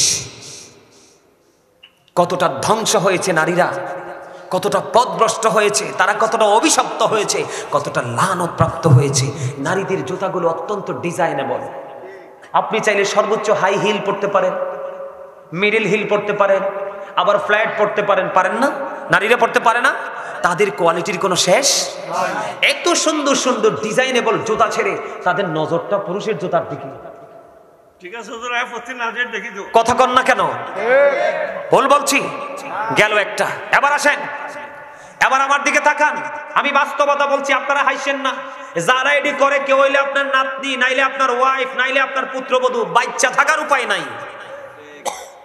এক গুছারে আরেক গুছা সোজাইয়াট কইবেন, সুযোগ নাই। কি কি ভুল কইছি? হ্যাঁ, ফরান্ডা খুললে হাসি দেন কিল্লাই, আইতে আসি বাঁশ আন্নেলাই তুলি রেখছি আই। কারণ আন্নে হেতনে সারি দিছেন, এল্লাই হেতনে ফাকনা গজাই উড়ালতেছে। আন্নে যদি হেতনের না হয় উগার রশি লাগাই দিতেন, বড়ি লাগাই দিতেন, হেতনে এত দূর যাইতে ইত্তেন। কথা কন না কিল্লে? এবার দেখেন, তাদের বলে, হুজুর আপনি এত কিছু জানেন কেমনে? আমার ফ্যামিলির কোনো মহিলা ঘর থেকে বের হয় না, কোন বউ। তাদের জুতা থেকে ঠোঁটের লিপস্টিক পর্যন্ত তারা যা চায় সব মার্কেট আমি করি। বিশ্বাস করেন আপনারা? সব মার্কেট আমি করি। আমি যেটা এনে দিবে এরাই বলবে এটাই আলহামদুলিল্লাহ। আমি নারীদের, আমাদের আইটেমের চাইতে নারীদের আইটেম আমার মুখস্থ। আমি আমার জিনিসটা ভালো করে কিনতে পারবো না, কিন্তু মহিলাদের জিনিসটা আমি চিনে বুঝে ভালো করে কিনতে পারবো, কারণ আমার এক্সপিরিয়েন্সটা এত হার্ড হয়েছে। কারণ আমাদের জয়েন্ট ফ্যামিলি, অনেক বড় পরিবার। কথা কি বুঝতে পারছেন আমার? নারীদের এত সুন্দর সুন্দর 3 পিস, 1 পিস, 2 পিস আছে না নাই? কথা কন না কেন? কত ধরনের পায়জামা সব ছেড়ে দিল বন্ধু। আফসোস লাগে, দুঃখজনক হলেও সত্য। ছেলেদের একটা জিন্স প্যান্ট তার লোকটা সামলাতে পারলো না। ম্যাক্সিমাম নারীর পরনে দেখা যায় জিন্স প্যান্ট। বলে হুজুর এই উদাহরণটি কেন দিলেন? হাদিস শরীফ থেকে দিয়েছি, আমার মন গড়া দেয়নি। আল্লাহর হাবিব বলেছেন, যেই নারী পুরুষের পোশাক পরবে এবং পুরুষের মতো চলাফেরা করবে, আল্লাহ রাসূল বলেছেন ওই নারী হলো মর্দা মহিলা। কি মহিলা? মর্দা মহিলা। এই দেখেন আমার দিকে তাকান, এই মর্দা মহিলার জন্য ভয়ঙ্কর খবর দিয়েছেন রাসূল। ওই মর্দা মহিলার জন্য জাহান্নামে একটা খাবার বরাদ্দ করে রেখেছেন। ওই খাবারটার নাম হলো বন্ধু তিনাতুল খাবার। ইয়া রাসূলুল্লাহ, ইয়া হাবিবাল্লাহ, নবী গো, এই তিনাতুল খাবারটা কি গো নবী? আমার নবী বলে দিয়েছেন এই তিনাতুল খাবারটা হলো আরেকটা জাহান্নামীর নিংড়ানো রক্তপুঞ্জ। রক্তপুঞ্জ মানিক বোঝেননি? একজন জাহান্নামীকে খাইতে দেওয়া হবে। এটা কেমনে সিস্টেম করা হয়েছে জানেন? আপনার জাহান্নামী যারা হবে, পাপী যারা, তারা তো জাহান্নামী। জাহান্নামী যারা হবে তাদের জন্য কিন্তু একটা স্পেশাল রিসিপশনের ব্যবস্থা আছে। নাউজুবিল্লাহ বলে। কেমন জানেন? একটা জাহান্নামী একেবারে তার বডিটা পৌঁছে লিকুইড হয়ে যাবে, এদিক দিয়ে আরেকটা জাহান্নামের বডিটা তৈরি হয়ে গেছে। কি হয়ে গেছে? কথা বুঝে নেবেন। একটা জাহান্নামীর এই বডিটা কি হয়ে গেছে? পৌঁছে গেছে, গলে গেছে, লিকুইড। বুঝো না তোমরা? যেমন লিকুইড বলতে আপনার ওই যে ইয়া খান না, জুস, জুস, তরল। তরল কে রে কইছে? মাশাআল্লাহ, চমৎকার কথা বলেছেন। তরল, একবারই নরম। ঠিক এইরকম হয়ে যাবে। আরেকটা জাহান্নামীও এতক্ষণ লিকুইড ছিল, তার এই লিকুইড বডিটাকে, যেই বডিটা তৈরি হয়েছে তাকে খাবারটা দেওয়া হয়েছে। বন্ধু, যেই নারীটা সিম্পল একটা পুরুষের জোতা পড়েছে এবং যেই পুরুষ নারীদের সিম্পল একটা জিনিস ব্যবহার করেছে, ম্যাক্সিমাম পুরুষদেরকে, ম্যাক্সিমাম ইয়াং ছেলেদেরকে দেখা যায় এই সাইডটাকে ডিজিটাল ফিস্টাল রেল লাইন করেছো, মাথার চুলগুলো কি উঁচু করেছো, এগুলো সামনে চলে আসে, এই জন্য নারীদের ব্যান দিয়ে এটারে থামাইছো। রাস্তায় দেখি তো, কই অহন কইতাম না, সময় মতো কমু। কি করবো? সময় মতো কমু। আজকে সময় পাইছি রে। তোমরা যারা এই নারীদের জিনিসটা ইউজ করেছো, তোমরা অভিশপ্ত। নবীজি বলে গেছেন আজ থেকে 1450 বছর আগে। নাউজুবিল্লাহ বলেন না? নারী যেই পুরুষের পোশাক পরবে, আপনি ইমানদার হিসাবে বিবেচিত হবেন না এবং সকল ধরনের নোংরা কাজ থেকে নিজেকে আপনি আড়াল করতে পারবেন না। কারণ আল্লাহ বলেছেন ইন্না সালাত আছে। এজন্য বলছি আগামী কালকে থেকে 5 ওয়াক্ত নামাজ পড়বেন, কারণ লাভের কোনো শেষ নাই। এটা শীতের দিন চলে না? আপনাদের এলাকায় কি শীতের দিনে গাছের পাতাগুলো ঝরে? ঝরে না? সব গাছের পাতা ঝরে? কোন গাছের পাতা ঝরে না বলেন তো? নারকেল গাছে। এই আমার চাচা অনেক বুদ্ধি। আমি চাইছিলাম আপনাদেরকে ফেসে ফালাইম না, পারলাম না। আলহামদুলিল্লাহ, কোন বুদ্ধি আছে, মাশাআল্লাহ, এই বুদ্ধিটাই চাই। ম্যাক্সিমাম গাছের পাতা ঝরে যায়, শুধু নারকেল গাছ, তাল গাছ ছাড়া। বলে হুজুর এখানে কেন আসলেন? আপনার আমার জীবনে গুনার কোনো শেষ নাই। হযরত আবু যর রাদিয়াল্লাহু তাআলা আনহু থেকে হাদিস কানা বর্ণিত, আমার নবী শীতের দিনে বের হলো। বের হওয়ার পরে তিনি দেখতে পাইলেন গাছের পাতাগুলো বিরামহীন ভাবে জোরে জোরে পড়ছে। নবীজি গাছের ডালায় স্পর্শ করলেন, তার মানে ধরলেন। ধরার পরে আবু যরকে ডাক দিলেন। আবু যর উত্তর দিলেন, লাব্বাইকা রাসূলুল্লাহ, আমি হাজির। নবীজি বললেন, আবু যর, তুমি চাইয়া দেখো শীতের কারণে গাছের পাতাগুলো কেমনে শুষ্ক হয়ে জোরে জোরে পড়ছে। ঠিক তেমনি ভাবে আল্লাহর কোন বান্দা, আমার উম্মত, নামাজের মাধ্যমে প্রাণ উজাড় করে যখন আল্লাহর কুদরতি কদমে সেজদা দিয়ে তার কপালটা আল্লাহর কুদরতি কদমে ঠেকিয়ে দিবে, ওই শীতের দিনের গাছের পাতার মতো তার সমস্ত জীবনের গুনাহগুলি ঝরে যাবে। আপনার আর ভয় থাকার কথা নেই। আল্লাহ কয় নামাজ পড়লে তুমি সব খারাপ কাজ থেকে আমি বাঁচাই রাখবো। আর হাদিস শরীফের মধ্যে আসছে শীতের দিনের গাছের পাতা যেমনি স্প্রেটে ঝরে পড়ে যায়, ঠিক তোমার নামাজ পড়লে তোমার জীবনের গুনাহ এমনি ঝরে পড়ে যাবে। জোরে জোরে করেন আলহামদুলিল্লাহ। তাহলে নামাজ কি ছাড়বেন না ধরবেন? এখন তো কত জাতের নামাজি, অত্যন্ত কমার্শিয়াল নামাজি। আসরের সুন্নত তো পড়েই না, এশারের সুন্নত তো পড়েই না, নফলের তো ধারে কাছে না। এই নামাজি দিয়ে কোনো লাভ নাই। তাকওয়া নিয়ে পড়তে হবে, প্রেম নিয়ে পড়তে হবে, তাহলেই সফলতা সম্ভব। আরো জোরে বলেন, তাহলেই কি সফলতা? আমার দিকে তাকান, নামাজ পড়তে হবে। নামাজ পড়লে পুরুষও পর্দা করতে পারবেন, নারীও পর্দা করতে পারবেন। আর আপনারা মহিলারা পর্দা করে যাবে, আপনারা আবার 3 রাস্তার মোড়ে দাঁড়াইয়া এমনি চাইয়া থাকেন না। আল্লাহ রাসূল বলছে, তোমরা তোমাদের চক্ষুগুলোকে নিম্নগামী করে রাখো, নিচু করে রাখো। কি করে রাখো? আপনার চোখ দুইটা দিছে অকাজে ব্যবহারের জন্য নয়, এমনি চতুর্দিকে হাইয়া চাইয়েন না। হাঁটতে লাগলে মাথা নিচু করে হাঁটবেন। কথা কি বুঝতে পারছেন? আপনি যখন নামাজ পড়বেন, নামাজ পড়ার কারণে আপনার মধ্যে সব ধরনের পবিত্রতা চলে আসবে, অপবিত্রতা দূর হয়ে যাবে। আলহামদুলিল্লাহ বলেন না? হযরত ওমর রাদিয়াল্লাহু তাআলা আনহুর জামানায় একটা যুবক এমন এই বেশি আল্লাহর প্রেমিক ছিলেন, তিনি প্রতিদিন যে নামাজ পড়তে যাইতেন মসজিদ, এই মসজিদটা একটা বাড়ির উপর দিয়ে যেতে হতো। এটা হযরত ওমর রাদিয়াল্লাহু তাআলা আনহুর জীবনী থেকে, ওনার জামানার ঘটনা একটা বলছি আপনাদেরকে বোঝানোর জন্য। বিশেষ করে এখানে যুবক বেশি, তো তাদেরকে বোঝানোর জন্য, তোমাদেরকে বোঝানোর জন্য। তো এখন তো ছেলেটা যে প্রতিদিন নামাজে যায়, বিশেষ করে এশারের নামাজের সময় তো অন্ধকার হয়ে যায় না। তো একটা মেয়ে আছে অপূর্ব সুন্দরী, এই মেয়েটা সব সময় ছেলেটাকে দেখলে তার মনের প্রেম আকাঙ্ক্ষাটা ছেলেটাকে বিভিন্নভাবে বোঝায়। কিন্তু ছেলেটা এত বেশি আল্লাহ প্রেমিক যে একদিন হিসাব দিতে হবে ভয় করে মেয়েটার দিকে সে তাকায়ও না।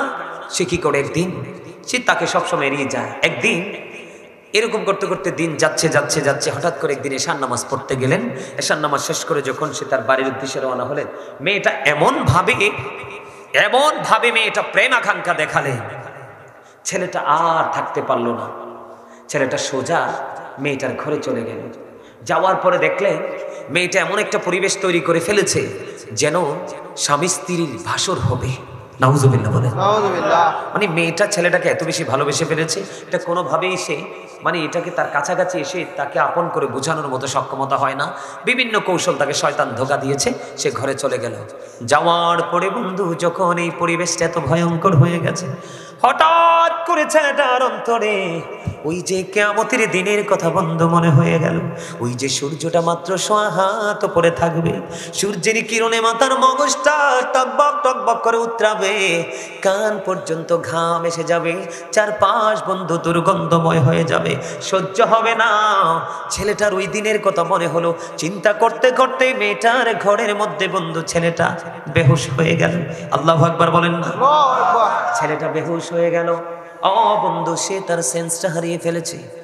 তখন অনেক দেরি হয়ে গেল, ছেলেটা বাড়ি ফিরে যায় না। মা বাবা পাগল হয়ে গেল, আপন স্বজন তাকে খুঁজতে শুরু করলো। মেয়েটাও লজ্জায় পড়ে গেছে, কেমন করে বলবে তার ঘরে। খুঁজতে খুঁজতে খুঁজতে খুঁজতে মেয়েটার ঘরে গিয়ে ছেলেটাকে অচেতন অবস্থায় পাইল। এখান থেকে উঠিয়ে ছেলেটাকে বন্ধ বাড়ি নিয়ে গেল। নিয়ে যাওয়ার পরে আল্লাহর কুদরতে ছেলেটার জ্ঞান ফিরে আসলো। ফিরে আসার পরে ছেলেটাকে প্রশ্ন করলো, বাবা গো বলো না তুমি কেমন করে ঘরে গিয়েছিলে, আবার কেনই বা তুমি বেহুশ হয়ে গেছো? এবার ছেলেটা রেখে রেখে বলল, উপস্থিতি সবার সামনে বলল, আমি যখন এই প্রতিদিন নামাজ পড়তে যেতাম মেয়েটা সব সময় আমাকে প্রেম আকাঙ্ক্ষা দেখাতো।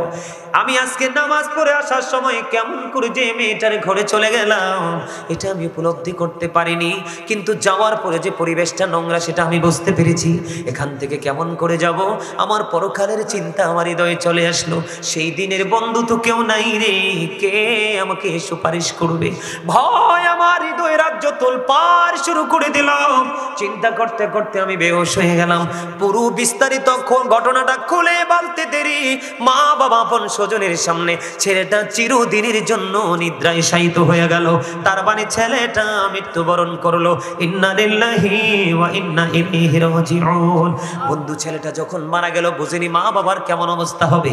তাৎক্ষণিকভাবে বন্ধু তাকে জানাজা করে কবরে দাফন করা হলো।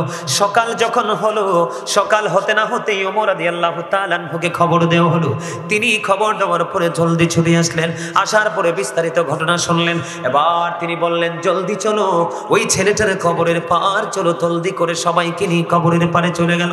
কবরের পারে চলে যাওয়ার পরে হযরত ওমর ওই ছেলেটার জন্য দোয়া করে দিলেন এবং তিনি ওই কবরের পারে দাঁড়িয়ে দাঁড়িয়ে সবাইকে বলতেছেন যে পাপ করতে গিয়ে, অপরাধ করতে গিয়ে কাল কিয়ামতে হিসাব দিতে হবে, চিন্তা করে সে পাপ থেকে দূরে আসতে পারে, ওই ব্যক্তির জন্য আল্লাহ রাব্বুল আলামিন তার কবরে যাইতে দেরি তার জন্য 2টা জান্নাত বরাদ্দ করে দেয়। দুইটা জান্নাতের শোক তার কবরের মধ্যে বরাদ্দ করে দেয়।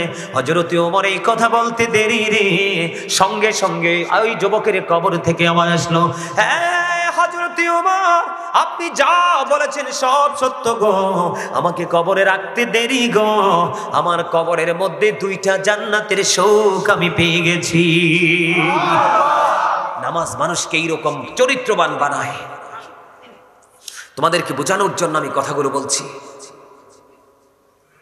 একটু বুঝে নিতে হবে। সর্বশেষ আলোচনা আর করবো না, অনেক সময় হয়ে গেছে। ভাবছিলাম মাত্র 30 মিনিট আলোচনা করবো। কত মিনিট? মাত্র 30 মিনিট, এখন 2 ঘন্টা হইবে একটু পরে। আমার দিকে তাকান, আমি আপনাদেরকে কি বলি, এই যে যতগুলো কথা বললাম আমলের জন্য বললাম না? এগুলো বাস্তবে বাস্তবায়ন করার জন্য বললাম না? কথা বলেন, বললাম না? সম্মানিত উপস্থিতি, মনে রাখবেন ওই যে দেহ এবং রূহের কথা বলেছিলাম, মনে আসেনি? কথা কর না কেন? আমি কিন্তু ওই যে দেহ থেকে আত্মাটা আলাদা হলেই মৃত্যু বলে বিবেচিত হব, এখানে এসেই কিন্তু আমি অন্যদিকে ঘুরে গেছিলাম, মনে আছে? এখন দেহ থেকে দেখুন আত্মাটা আলাদা হয়ে যাবে, আপনাকে আমাকে মৃত বলে ঘোষণা করা হবে, তখন আপনাকে আমাকে কোথায় নিয়ে যাওয়া হবে? কবরে। কোথায়? আপনাদের যার যার পছন্দের গোরস্থান আছে সেই গোরস্থানে নিয়ে যাওয়া হবে, তাই না? বন্ধুরে আমার, ওই গোরস্থান সম্পর্কে নবীজি বলে দিয়েছেন, আল কবরু রাওজাতুম মির রিয়াদিল জান্নাতি আও হুফরাতুম মিন হুফারিন নার। আল্লাহু আকবার। আল্লাহর হাবিব বলে দিয়েছেন কবরটা 2টা রূপে রূপান্তরিত হবে। কয়টা? কথা বলেন না, কয়টা? 2টা রূপে রূপান্তরিত হবে কবর। বলে হুজুর কেমনে বলেন না? একটা হবে জান্নাতের বাগান আর একটা হবে জাহান্নামের গর্ত। আজকে যারা জান্নাতের বাগান এসেছেন, আলোচনা শুনেছেন, আগামী কাল থেকে আপনারা যদি মনে মনে সিদ্ধান্তটাকে পাল্টাতে পারেন যে এতদিন একজন মানুষ ছিলাম, কি ছিলাম? এতদিন একজন মানুষ ছিলাম, আজকে গাজী সুলাইমানের আলোচনা শুনলাম, আরেকটা মানুষ হিসেবে নিজেকে রূপান্তরিত করলাম। ওয়াল্লাহি আল্লাহর কসম করে বলছি রে, আপনার জীবনের সব গুনাহ মালিক ক্ষমা করে দিবে। কারণ আল্লাহ চায় না একটা বান্দা জাহান্নামে যাক। বান্দা শুধু নিজের পায়ে নিজে কুড়াল মেরে জাহান্নামে যাবে। কোরআন শরীফের সূরা ইউনূসের 44 নম্বর আয়াতে আল্লাহ বলেছেন, ইন্নাল্লাহা লা ইয়াযলিমুন নাসা শাইয়্যা ওয়ালাকিন্নান নাসা আনফুসাহুম ইয়াযলিমুন। আল্লাহ বলে দিয়েছেন, আল্লাহ আল্লাহর দাসের উপর অত্যাচার করে না, বান্দার উপর অত্যাচার করে না, বান্দা নিজেই নিজের উপর অত্যাচার করে। কি তারা কিতা কইছেন চিন্নি? তারা সুবহানাল্লাহ কইছেন। কই যাইতাম আই? সিটাঙ্গের মানুষ তো একটি, এই জায়গার মানুষ এত দুর্বল কেন? আই কইতে টান। আরেকবার আইলে জন দেখি আপনারা সব একটি। ইনশাআল্লাহ। ওমা আমি না তো কইতে পারে না। জোরে কর না, আমি আরো জোরে, আরে আরো জোরে। সেতাই নাইলে দুর্বল হইতে। ঠান্ডায় উদাই গেছে, দাদাই কইছে বাইনতো দান, বাইনতে আছে ও দাদা, ঠিক কিনা? হ্যাঁ, দেহি গালি বাড়াই বানে চালতো হয় না, কিল্লাই দইরা দেহে উদা, ঠিক না বেঠে? কি মনে করছেন? যখন তোমার কেউ ছিল না তখন ছিলাম আমি, এখন তোমার সব হয়েছে, পর হয়েছি আমি। যখন তোমার কেউ রবে না রব শুধু আমি, আমার কাছে আসতে হবে মনে রেখো তুমি। তোরা চাসনি কিছু কারো কাছে খোদার মদদ ছাড়া, অন্যের ওপর ভরসা ছেড়ে নিজের পায়ে দাঁড়া। বুঝেন নাই কিচ্ছু, আগাও বুঝেন নাই, গোড়াও বুঝেন নাই। আপনি কি অন্যের আলগা পাও লাগায় হাঁটতে দৌড়তে পছন্দ করেন না? নিজেরটা দিয়ে। তার মানে বুঝাইছি, আপনার নিজের আমল নিজে করে কবরে যাইতে হবে। আপনি চলে যাওয়ার পরে হাদিয়া পাঠাবে না, কইব কবর বার যাইতাম না, বেদাত। কি মূর্খ মৌলবীর সংখ্যা বাড়িতেছে না? কবে যাইস না কবরে পরে, কিনলে যাবি, বেদা। নাউজুবিল্লাহ। আর জোরে আল্লাহর প্রতি শহীদ যারা উচ্চ তাদের শান, মহান খোদা করেন তাদের এমন জীবন দান, রুহু তাদের বানাইয়া সবুজ বরণ পাখি, জান্নাতুল ফিরদাউস বিছিয়ে দেন যতনে রাখি, সেথায় থাকি খাই তাহারা জান্নাতি ফলমূল, উড়ে বেড়ায় রয় হামেশা খুশিতে মশগুল। মারহাবা কর না, আরে আরে জোরে। কি মনে করছে আজকে মানুষ দিন থেকে, আমল থেকে, সুন্নাহ থেকে দূরে? তার কারণ মানুষ অনেক বেশি পৃথিবী লোভী। সূরা আলে ইমরানের 185 নম্বর আয়াতের শেষ অংশে আল্লাহ বলেছেন, আমাল হায়াতুদ দুনিয়া ইল্লা মাতাউল গুরুর। এই দুনিয়ার জীবনে, পৃথিবীর জীবন একটা ধোঁকা, প্রতারণা। বলছে কে? এই ধোকার মধ্যে থাইকা ধন দৌলত যোগাইয়া রাখিয়া যাবেন সন্তানের জন্য। কোরআন শরীফের 19 পারা খোলেন, সূরা শুআরা 88 নম্বর আয়াতে আল্লাহ বলেছেন, ইয়াউমা লা ইয়ানফাউ মালু ওয়ালা বানুন। ধন সম্পদ সন্তান সন্ততি কিচ্ছু কাজে লাগবে না। কার জন্য করছেন? কার জন্য করছেন বলেন? আমরা নির্বোধ, আমরার কোনো চিন্তা নেই, এই জন্য আমরা এই কাজগুলো করছি। এই আল্লাহ বলেছেন, আল্লাহ আল্লাহর বান্দার উপর জুলুম করে না, বান্দা নিজেই নিজের উপর জুলুম করে। আল্লাহ যারা জুলুম করে, আল্লাহ বলেছেন, আল্লাহু লা ইউহিব্বুজ জালিমিন। আল্লাহ জালিমদেরকে পছন্দ করেন না। ওমালিজ জালিমিন মিন আনসার। যখন তারা বিপদে পড়বে, আল্লাহ তাদের জন্য কোনো সাহায্যকারীও রাখে না, তাদের কোনো হেল্প করার কেউ থাকে না। এই আলোচনা শেষ, আমার দিকে তাকান। যাবেন যায় প্রতিদিন যে প্রত্যেকটা জুমার দিনে যে মুসল্লি গুরু আছে, 1-2 করে রোল নাম্বার অনুযায়ী কিন্তু একটা নোটবুক, একটা এন্ট্রি করা হয়। ফেরেশতাদেরকে দিয়ে আল্লাহ এন্ট্রিটা করান প্রত্যেক জুমার দিনে। কারণ এটা একটা বান্দাদের জন্য জুমার দিনটা সাইয়্যিদুল আইয়াম, শ্রেষ্ঠ দিন। ঈদুল ফিতর, ঈদুল আজহার দিনের চাইতেও জুমার দিনটা দামি, এই জন্য পাঠান। যখন ইমাম সাহেব খুতবা দেওয়ার জন্য মিম্বরে দাঁড়িয়ে যায়, তখন ওই ফেরেশতাদের নোটবুকটা বন্ধ করে তারাও খুতবা শোনার জন্য দাঁড়িয়ে যায়। আওয়াজ করে বলেন আল্লাহু আকবার। আপনি নামাজ পড়লেন ঠিকই, কিন্তু নামাজির খাতায় নাম উঠিনি তো কপালটা পড়ছেন না। এই জন্য আল্লাহ বলেছে, আমার প্রিয় লোকের সাথে যুক্ত হওয়ার, আমার জান্নাতে চলে আসো। প্রিয় লোকের কাছে গেলেই তো আপনি সব প্রিয় মেসেজ পেয়ে যাবেন। আর যখন সব জানবেন, তখনই আপনার মানতে মনে চাইবে। আপনি জানেন না বিধায় কিন্তু মানতে পারেন। কথা কি ঠিক আছে? সম্মানিত উপস্থিতি, আমি একদিক থেকে আরেক দিকে চলে গেছি। আমার দিকে তাকান, আমরা যাব কোথায়? কবরে। আল্লাহ বলেছেন, যখন তুমি অপরাধীরা যখন বিপদে পড়বে, আমি তাদের জন্য কোনো সাহায্যকারী আল্লাহ রাখেননি। এবার দেখেন, এই কিন্তু আপনি যে ওখানে যাবেন, দৌড়ে পালাতে পারবেন না। কি করতে পারবেন না? ওই যে 2 সিসি ক্যামেরার খবর নাই, কিন্তু দুনিয়ার সিসি ক্যামেরা দেখলে ঠিকই আমরা ভয় পাই। 2টা সিসি ক্যামেরা আছে, জানেন এটা নাম কি? কিরামান কাতিবিন কাঁদে বসিয়া, সকল কর্ম লিখিতেছি হুকুমনিয়া, আল্লাহর হুকুমনিয়া। 40 কদম হাটিয়া আসবে রে সজন, মুনকারে নাকির হাজির হইবে রে তখন। অস্বীকার করা যাবে? কোনো সুযোগ? চিরস্থায়ী সিসি ক্যামেরা দিয়ে সবকিছু ধারণ করা হচ্ছে, আপনি কি করছেন আর কি করছেন না। ঠিক না ঠিক? এদিকে তো এটা আছে। আল্লাহ আবার স্পেশালি ঘোষণা দিয়েছে, ইন্না বাতশা রাব্বিকা লাশাদীদ। আল্লাহ বলেছেন, the seizing of Allah is difficult. আল্লাহর ধরা, আল্লাহর পাকড়াও বড় শক্ত, বড় কঠিন। আল্লাহ বলেছেন, ইন্নাল্লাহা সারিউল হিসাব।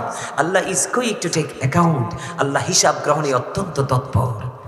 কথা কিন্তু বুঝে নেবেন, আল্লাহ কিন্তু বলছে, আমি আমার আল্লাহর বান্দার উপর জুলুম, বান্দা নিজেই নিজের উপর জুলুম। যারা জুলুম করে আল্লাহ তাদেরকে পছন্দ। তারা যখন বিপদে পড়ে, আল্লাহ তাদের জন্য কোনো উদ্ধারকারীও রাখেন। আল্লাহ কিন্তু আগেই জানাই দিছে খবর, আপনি জানেন না, এটা আপনার দোষ। আপনি জানেন না, এটা কার দোষ? এই একদিকে দোষ, আরেকদিকে আল্লাহ বলেছেন, এটা তো আছেই, তোমরা কিন্তু এমনি এমনি ছেড়ে দিব না। আল্লাহ বলেছেন, ইন্না বাতশা রাব্বিকা লাশাদীদ। আল্লাহর পাকড়া বড় শক্ত, আল্লাহ ধরবে খুব শক্তভাবে, হিসাবটাও নিবি খুব শক্তভাবে। দুঃখজনক হলেও বন্ধু সত্য রে, ওই যে পর্দাশীল বেপর্দাশীল পুরুষ এবং নারী, বেনামাজি, অন্যায় অপরাধ করনেওয়ালা বান্দা বান্দিগুলো, সবগুলো মিলে তারা পাপী হয়ে গেল। ও বন্ধু, তাদের জন্য কত ভয়ঙ্কর খবর দেখেন। এই জাহান্নামীদের জন্য সবচেয়ে কম আযাব হলো, তার পায়ের মধ্যে আগুনের এক জোড়া জুতা বানাই দেওয়া, পরাইয়া দেওয়া হবে। নাউযুবিল্লাহ।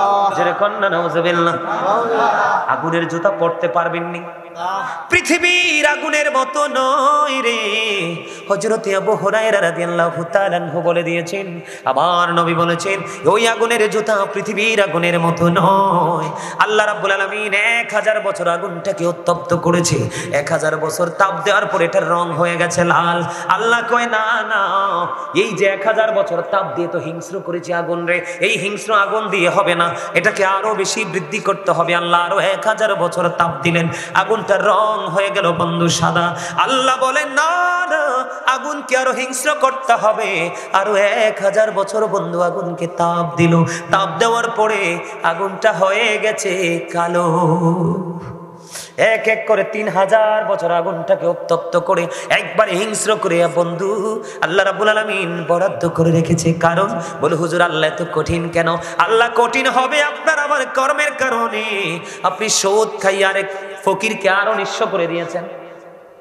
আমাদের এলাকার মধ্যে অনেক গরিব মানুষ ভিটামাটি হারে এখন মিসকিন, সুদখুরদের তাণ্ডবে। সমাজের মধ্যে কিছু ভূমিদস্যু থাকে, গরিবের জায়গাটা সুন্দর, এটা দখল করে তাকে আউট করে দিয়েছে। আছে না নাই? অনেকে দেখা যায় একজনে ফসল করছে, সময় হয়েছে পাকছে, সে জোর করে কেটে নিয়ে গেছে। আছে না নাই? আপনি তো আল্লাহর কথা চিন্তা করেননি, আপনি তো ভয় করেননি, হিসাব দিতে হবে সেই চিন্তা করেননি। এই পৃথিবীর বুকে মানুষের মনে যা চায় বন্ধু তাই তো খেতে পারে। ওই মানুষের যখন তৃষ্ণা লাগে অনেক বেশি পরিশ্রম করে সে পানি দিলে কিন্তু পানিটা খায় না, কয় এই পানিতে আমার কলিজা ভিজবে না, ফ্রিজিং করা পানি দাও, ঠান্ডা পানি দাও, আইস দাও। আইসটা যখন দেয় বন্ধু একটু মিশিয়ে, তখন আপনি খাইলে সাময়িক সময়ের জন্য আপনার শান্তি মিলে।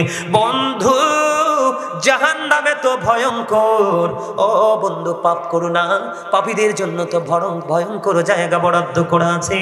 তুমি পানি তো খাইতে পারবা না, খাইতে পারবা না। পানিটা তোমার এত উত্তপ্ত গরম পানি তোমার মাথা দিয়ে ঢেলে দেওয়া হবে, তোমার ভিতর থেকে সব কিছু লিকুইড হয়ে বের হয়ে যাবে। জোরে জোরে নাউজুবিল্লাহ। কি হয়ে যাবে? নরম হয়ে তোমার ভিতর থেকে সবকিছু বের হয়ে যাবে। ওই যে একটু আগে বলেছি হাদিস শরীফের মধ্যে, সে জাহান্নামীরা যখন খাবার খাইতে যাবে মুখরোচক কোনো খাবার মিলবে না। আল্লাহর হাবিব জানিয়ে দিয়েছেন তিনাতুল খাবাল তোমাদের নসিবে জুটবে। ইয়া রাসূলুল্লাহ নবী গো, এই তিনাতুল খাবালটা কি গো? নবীজি বলে দিয়েছেন এটা হলো আরেকটা জাহান্নামের নিংড়ানো রক্তপুঁজ, এটা তোমাকে কন্টিনিউ ভক্ষণ করতে হবে বন্ধু। আরেকটা খাবার এসেছে কোরআনের মধ্যে যেটার নাম হলো বন্ধু জাক্কুম। এটা এতটা ভয়ঙ্কর, এই জাক্কুম তোমার এতটা ভয়ঙ্কর, এই বর্তমানে যদি এই মাহফিলের মাটি যদি একটা ফোঁটা জাক্কুম পড়ে রে, গোটা পৃথিবীর মাটি বন্ধু বিষাক্ত হয়ে যাবে। কিয়ামত পর্যন্ত এই পৃথিবীর জমিনে কোনো শস্য জন্মানো যাবে না। এত ভয়ঙ্কর খাবার বেনামাজিদের জন্য, সুদখুরদের জন্য, ঘুষখোরদের জন্য, জালেম অত্যাচারীদের জন্য, যারা ইসলামের বিধানকে অমান্য করে নিজের দাপট খাটিয়ে বন্ধু নিজের আধিপত্য বিস্তার করে জীবন যাপন করেছে, তাদের জন্য এটা বরাদ্দ। এটা মুখের সামনে আনতে দেরি দাঁতগুলো খসে পড়ে যাবে। সরিষা পরিমাণ একটু যদি পেটের ভিতরে যায় রে, সবগুলো বন্ধু লিকুইড হয়ে বের হয়ে যাবে। সবচেয়ে বড় দুঃখজনক খবর হলো এই পৃথিবীর বুকে তুমি সুযোগ খুঁজে পাও, আল্লাহ জানিয়ে দিয়েছেন লা ইয়ামুতু, তুমি মানুষ মরতে পারবে না। People will not die that day, সেদিন মানুষ মরতে পারবে না। আল্লাহ বলেছেন ফিহা ওয়ালা ইয়াহইয়া, people will not be able to live that day, সেদিন মানুষ বাঁচতেও পারবে না। আল্লাহ বলেছেন বান্দা ওয়ামা হুমান হাবিগাইবিন, সেখান থেকে বান্দা অদৃশ্য হতে পারবে না, তার মানে পালাইতেও পারবে না। কি করবেন সেদিন? উপায় আছে? জাহান্নামের ভয়াবহতা নিয়ে যদি আলোচনা করি সহ্য করতে পারবেন না। এত ভয়ঙ্কর জাহান্নাম, এত মারাত্মক হবে পরিবেশ পরিস্থিতি। বন্ধুরি আমার, অত্যন্ত গুরুত্ব দিয়ে কাজ করতে হবে। এই যে খতিব সাহেব পাশে বসে আছেন, ইমাম সাহেব পাশে বসে আছেন, তাদের সাথে বেশি বেশি করে কমিউনিকেশন রাখবেন। সুযোগ পাইলেই তাদের কাছে চলে যাবেন, তাদের কাছ থেকে ট্রেনিং নেবেন। রাস্তায় কোনো মুসলমান দেখলেই সালাম দিয়ে দিবেন। যখন ঘরে আপনার ঘরে তরকারি রান্না করবে একটু জোল বলবেন বিবিকে বাড়াই দিতে, পাশে গরিবের ঘরে যেন দিতে পারেন। মানুষ যখন মারা যাবে তার জানাজা অংশগ্রহণ করবেন। কেউ যখন ডাক দিবে তার ডাকে সাড়া দিবেন। কথা কি বুঝতে পারছে? আমার কথা বুঝে আসছে? বেশি বেশি করে 5 ওয়াক্ত নামাজ পড়বেন, হালাল পথে রোজগার করবেন, মা বাবার সাথে ভালো সম্পর্ক রাখবেন, সামাজিক বন্ধনে নিজেকে আবদ্ধ করে নিজের জীবনটাকে বদলে দিবেন, মা বোনদেরকে পর্দায় রাখবেন, আপনারাও পর্দায় থাকার চেষ্টা করবেন। আর এইরকম মাহফিল, মানুষ যদিও আপনাদের কম, উপস্থিতি যদিও কম, কারণ আপনারা পাহাড়ি এলাকার মানুষ কম মনে হয় এখানে, তাতে আমার মন খারাপ হয়নি। তবে আপনাদের যে মনোযোগ সেটা দেখে আমি মুগ্ধ হয়েছি, অত্যন্ত খুশি হয়েছি যে আপনারা একেবারে নিবিড়ভাবে পলকহীন দৃষ্টি দিয়ে আপনারা আমার কথাগুলো শুনেছেন। সম্মানিত উপস্থিতি, বেশি বেশি করে রাসূলের সাথে প্রেম করবেন। প্রেম মানে রাসূলের আদর্শ। প্রেম মানে কি? রাসূলের আদর্শ। তাহলেই আপনার পক্ষে সফলতা আসবে। শোনেন, আপনি শুধু সুন্নি জামাত করলে চলবে না, আপনার আওলাদকেও সুন্নি জামাতের আওতায় আনতে হবে। কি করতে হবে? আমাদেরকে তাকান, আল্লাহ রাসূল বলেছেন, আদিবু আওলাদাকুম আলা সালাতি খিসালিন হুব্বি রাবিকুম ওয়া হুব্বি আহলি বাইতিহি ওয়া আলা কিরাতিল কোরআন। রাসূল বলেছেন, তোমরা তোমাদের সন্তানদেরকে তিনটি বিষয় শিক্ষা দাও। কয়টি? একটি হলো নবীর প্রেম, আরেকটি হলো নবীর আহলে বাইত পরিবারের প্রেম, আরেকটি হলো কোরআন তেলাওয়াত। বিশেষ করে শয়তানি এবং বেঈমান কাফির মুশরিকদের সংস্কৃতি থেকে দূরে থাকবেন। এখন বর্তমান ছেলেরা যা করছে সব ইহুদিদেরকে দেখে, অথচ ইহুদিরা আমাদের মুসলমানদেরকে ফিলিস্তিনি ধ্বংস করে দিচ্ছে। কথা বলেন না কেন? আবার নতুন করে মধ্যপ্রাচ্যে ওই যে আপনার সাদা সাদা কুকুরগুলো আছে না, কুকুরগুলো কিন্তু বিভিন্ন দেশের সাথে ঝগড়া লাগিয়ে দিচ্ছে, তাই না? সম্মানিত উপস্থিতি, ইহুদি নাসারাদেরকে ফলো করা যাবে না, কারণ তারা চিরকালের জন্য, অনন্তকালের জন্য তারা জাহান্নামী। আল্লাহ বলেছেন উইদ্দাত লিল কাফিরিন, তাদের জন্য আল্লাহ জাহান্নাম বানিয়েছেন। আর উইদ্দাত লিল মুত্তাকিন, মুত্তাকিনদের জন্য আল্লাহ জান্নাত বানিয়েছেন। মুত্তাকিনদের জন্য আল্লাহ বলবেন ইউ গো টু প্যারাডাইস, আল্লাহ বলবেন তোমরা জান্নাতে চলে যাও। আর যারা কাফের বেঈমান মুশরিক তাদেরকে বলবো you have to go to hell, তোমাদেরকে মাস্ট বি চলে যেতে হবে জাহান্নামে। বাঁচানোর কোনো সুযোগ কারোরই নেই। শোনেন, রাসূলকে কেন বলছি বারবার ধারণ করতে? আল্লাহ বলেছেন মাইয়ুতির রাসূলা ফাকাদ আতাল্লাহ। আল্লাহ বলেছেন হি হো অবিস দ্য স্টিল অবিস আল্লাহ, যে ব্যক্তি রাসূলের নির্দেশ মানলো সে যেন আল্লাহর নির্দেশ মানলো। আল্লাহ বলেছেন কুল ইন কুনতুম তুহিব্বুনাল্লাহ ফাত্তাবিউনি ইউহিব্বুকুমুল্লাহু ওয়া ইয়াগফির লাকুম যুনুবাকুম আল্লাহু গফুরুর রহিম। আল্লাহ বলেছেন সে বলুন, ইফ ইউ ডু লাভ আল্লাহ, যদি তোমরা আল্লাহকে ভালোবেসে থাকো, ফলো মি মুহাম্মদ সাল্লাল্লাহু আলাইহি ওয়াসাল্লাম, মুহাম্মদ সাল্লাল্লাহু আলাইহি সাল্লামের অনুগত হয়ে যাও। কি লাভ হবে? আল্লাহ উইল লাভ ইউ, আল্লাহ তোমাদেরকে ভালোবাসবে। And forgive your sins, Allah তোমাদেরকে ক্ষমা করে দিবে। Allah is all in all, follow his law and light for eternal success. Allah সব, কিন্তু তারপর আমাদের জন্য দুইটা নিয়ামত দিয়েছেন, একটা হলো ল এন্ড লাইট। ল হলো আল্লাহর কোরআন, দা হোলি কোরআন, যেটা বিজ্ঞান এখান থেকে বের হয়েছে। আরেকটা হলো ল এন্ড লাইট। লাইট হলো ইংলিশ শব্দ, বাংলাতে এটাকে বলা হয় আলো, আরবিতে বলা হয় নূর। এই নূরটা হলো আপনার আমার প্রাণের নবী। ওমা, কথা দি কয় না কেউ? নবী কি মাটি না নূর? নবী মাটি হইব কেমনে? নবী সৃষ্টির আগে তো কিছু সৃষ্টি হয়ই নাই, হইছে? নবী সৃষ্টির আগে তো কিছু সৃষ্টি হয় নাই, তো নবী মাটি না কি? মাটি তো হতে পারে না, পারে? I am from the light of Allah and everything has been created from my light. আমি আল্লাহর নূর থেকে সৃষ্টির প্রত্যেকটা বস্তু, আমি নবীর নূর মোবারক থেকে। রাসূল বলেছেন I was a prophet when Adam was mixture of water and mud. নবী বলেছেন আমি তখনও নবী যখন আদম ছিল কাদা মাটির মাঝে, পানি এবং কাদা মাটির মাঝে, তখনও আপনার আমার নবী ছিলেন। ডক্টর আহমদ পেয়ারা বাগদাদি পীর সাহেব কেবলা বলেছেন, বলবো, of all the great religious personalities of all prophet Muhammad Rasulullah sallallahu alaihi wasallam was the most successful. তিনি বলেছেন পৃথিবীর মধ্যে যত নবী রাসূল এসেছেন, রাজনীতি থেকে ইমামতি থেকে রাজনীতি পর্যন্ত প্রত্যেকটা জায়গায় আপনার আমার নবী সফল, সাকসেস। সুবহানাল্লাহ। আর জোরে আমেরিকার গবেষক মাইকেল এইচ হার্ট তিনি 100 জন প্রভাবশালীর তালিকা করলেন। তিনি বললেন the 100 A ranking of the most influential person in the history. তিনি বলেছেন 100 জন প্রভাবশালীর তালিকা তিনি করেছেন। 100 জন প্রভাবশালীর মধ্যে ইনফ্লুয়েন্সিয়াল দ্বারা আপনার আমার নবীকে সর্বশ্রেষ্ঠ বলে আখ্যায়িত করেছেন। আওয়াজ দিয়ে বলেন সুবহানাল্লাহ। সম্মানিত উপস্থিতি, বেঈমান কাফেররা পর্যন্ত নবীকে নিয়ে প্রশংসা করেছেন। কিন্তু দুঃখজনক হলেও সত্য, আমাদের দেশে এলেম কালাম ছাড়া কিছু মৌলবী বের হয়েছে, নবী সম্পর্কে যা ইচ্ছা তা বলে, আল্লাহর ওলি সম্পর্কে যা ইচ্ছা তা বলে। ঠিক না ঠিক? আর জোরে বলেন না কেন? Hazrat Muhammad sallallahu alaihi wasallam was born in Arab country. His father's name was Abdullah. His mother's name was Amina. His father said died before he was born. He lost his mother in his childhood. He was very truthful. আওয়াজ তুলে বলেন সুবহানাল্লাহ। কেন বললাম? আমার নবী ছিলেন শ্রেষ্ঠ সত্যবাদী। কিছুদিন আগে আমাদের একজন সিনিয়র আলেম, ওনার সাথে এক ভদ্রলোকের দেখা হলো। তিনি একজন লয়ার। তিনি হাদিস শরীফ সম্পর্কে যখন জানতে পারলেন সেটা রাসূলের। কার? এক কথায় কার? রাসূলের। তখন ওই ভদ্রলোক কিন্তু লয়ার। দেখেন কত বড় পচা, তার বিবেক একেবারে নষ্ট হয়ে গেছে। সে বলতেছে, তো হাদিস যদি নবীর হয় তো নবী তো একজন মানুষ মাত্র।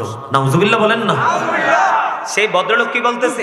নবী একজন মানুষ মাত্র, তো ওনার কথাতে বল থাকতে পারে না? আরে নাউজুবিল্লাহ বলতে পারেন না? নবীজির কথা যদি বল হয়, তোমার মতো কলিমুদ্দিনের ফলা সলিমুদ্দিনের কথা নি সত্য? কথা কন না কেন? আরে কি একটা বাপ দেখায় জানেননি? কোরআন শরীফটা চাইয়া চাইয়া পড়ে। কি করে? কথা কয় না। কি একটা নমুনা ধরে জানেননি? কোরআন শরীফটা চাইয়া চাইয়া পড়ে। এটা যে লেখা হইছে, কৈথিকা লেখা হইছে, এটা জানোনি তোমরা? নবীর যে নবীর কথা বলো তো হইতে পারে, শুধু হাদিস না, কোরআনও নবীজির জবান দিয়ে আইছে। নবী মক্কায়, কোরআনও মক্কায়, প্রত্যেকটা সূরার নাম মাক্কি। নবী মদিনায়, প্রত্যেকটা সূরার নাম মাদানী। আপনারা জানেন কিনা জানি না, নবীজির কাছে কোরআন আল্লাহ লেখা পাঠাই নাই, ওহির মাধ্যমে পাঠাইছে। সুবহানাল্লাহ কোন? তার মানে নবীজির জামানায় কোরআন লিখিত ছিল না। আবু বকরের জামানাও কোরআন লিখিত, হযরত ওমরের জামানাও কোরআন লিখিত, হযরত উসমান জিন নূরাইন রাদিয়াল্লাহু তাআলা আনহুর জামানায় এসে কোরআন লিখিত হয়েছে। তাহলে বুঝেন আগের কি সব মিথ্যা ছিল? সন্দেহ ছিল? যে এটাই কইছে নবীরও, যেহেতু তুমি একজন মানুষ, এই নিয়ে মানুষ হয় কেমনে? আমার নবী বলতেছেন, ক্বালা আইয়ুকুম মিথলি, তোমরা কেই আছো আমার মতো? কেউ তো হাত তোলে না। কারণ নবীর মতো বলতে গেলে সে দুনিয়া থাকবো নি। কথা কন না কেন? নবী নিয়ে আলোচনা করলে, নবী সম্মান নিয়ে আলোচনা করলে, আমি গাজী সুলাইমান না, পৃথিবীর সব সুন্নি জামাতের আলেম শেষ হয়ে যাবে, নবীর শান শেষ। কারণ এটা আল্লাহর মনোনীত প্রিয় হাবিব। সুবহানাল্লাহ বলেন। এই জন্য নবীকে আমাদেরকে আপন করে ধরে নিতে হবে। নবীকে যখন আপনি ভালোবাসবেন, আপনি গ্রহণ করবেন, তখনই হবেন আপনি সুন্নি জামাত।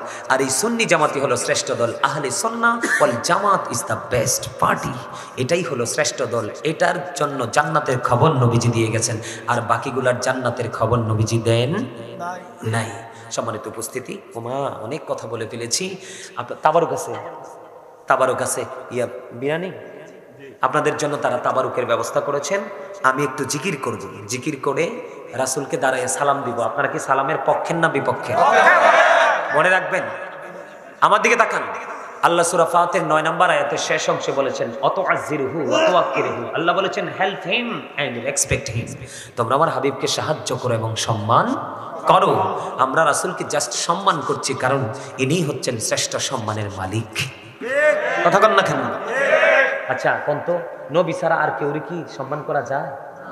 যদি করি নিচে, কি নবীর উপরে কেউ হতে পারে না।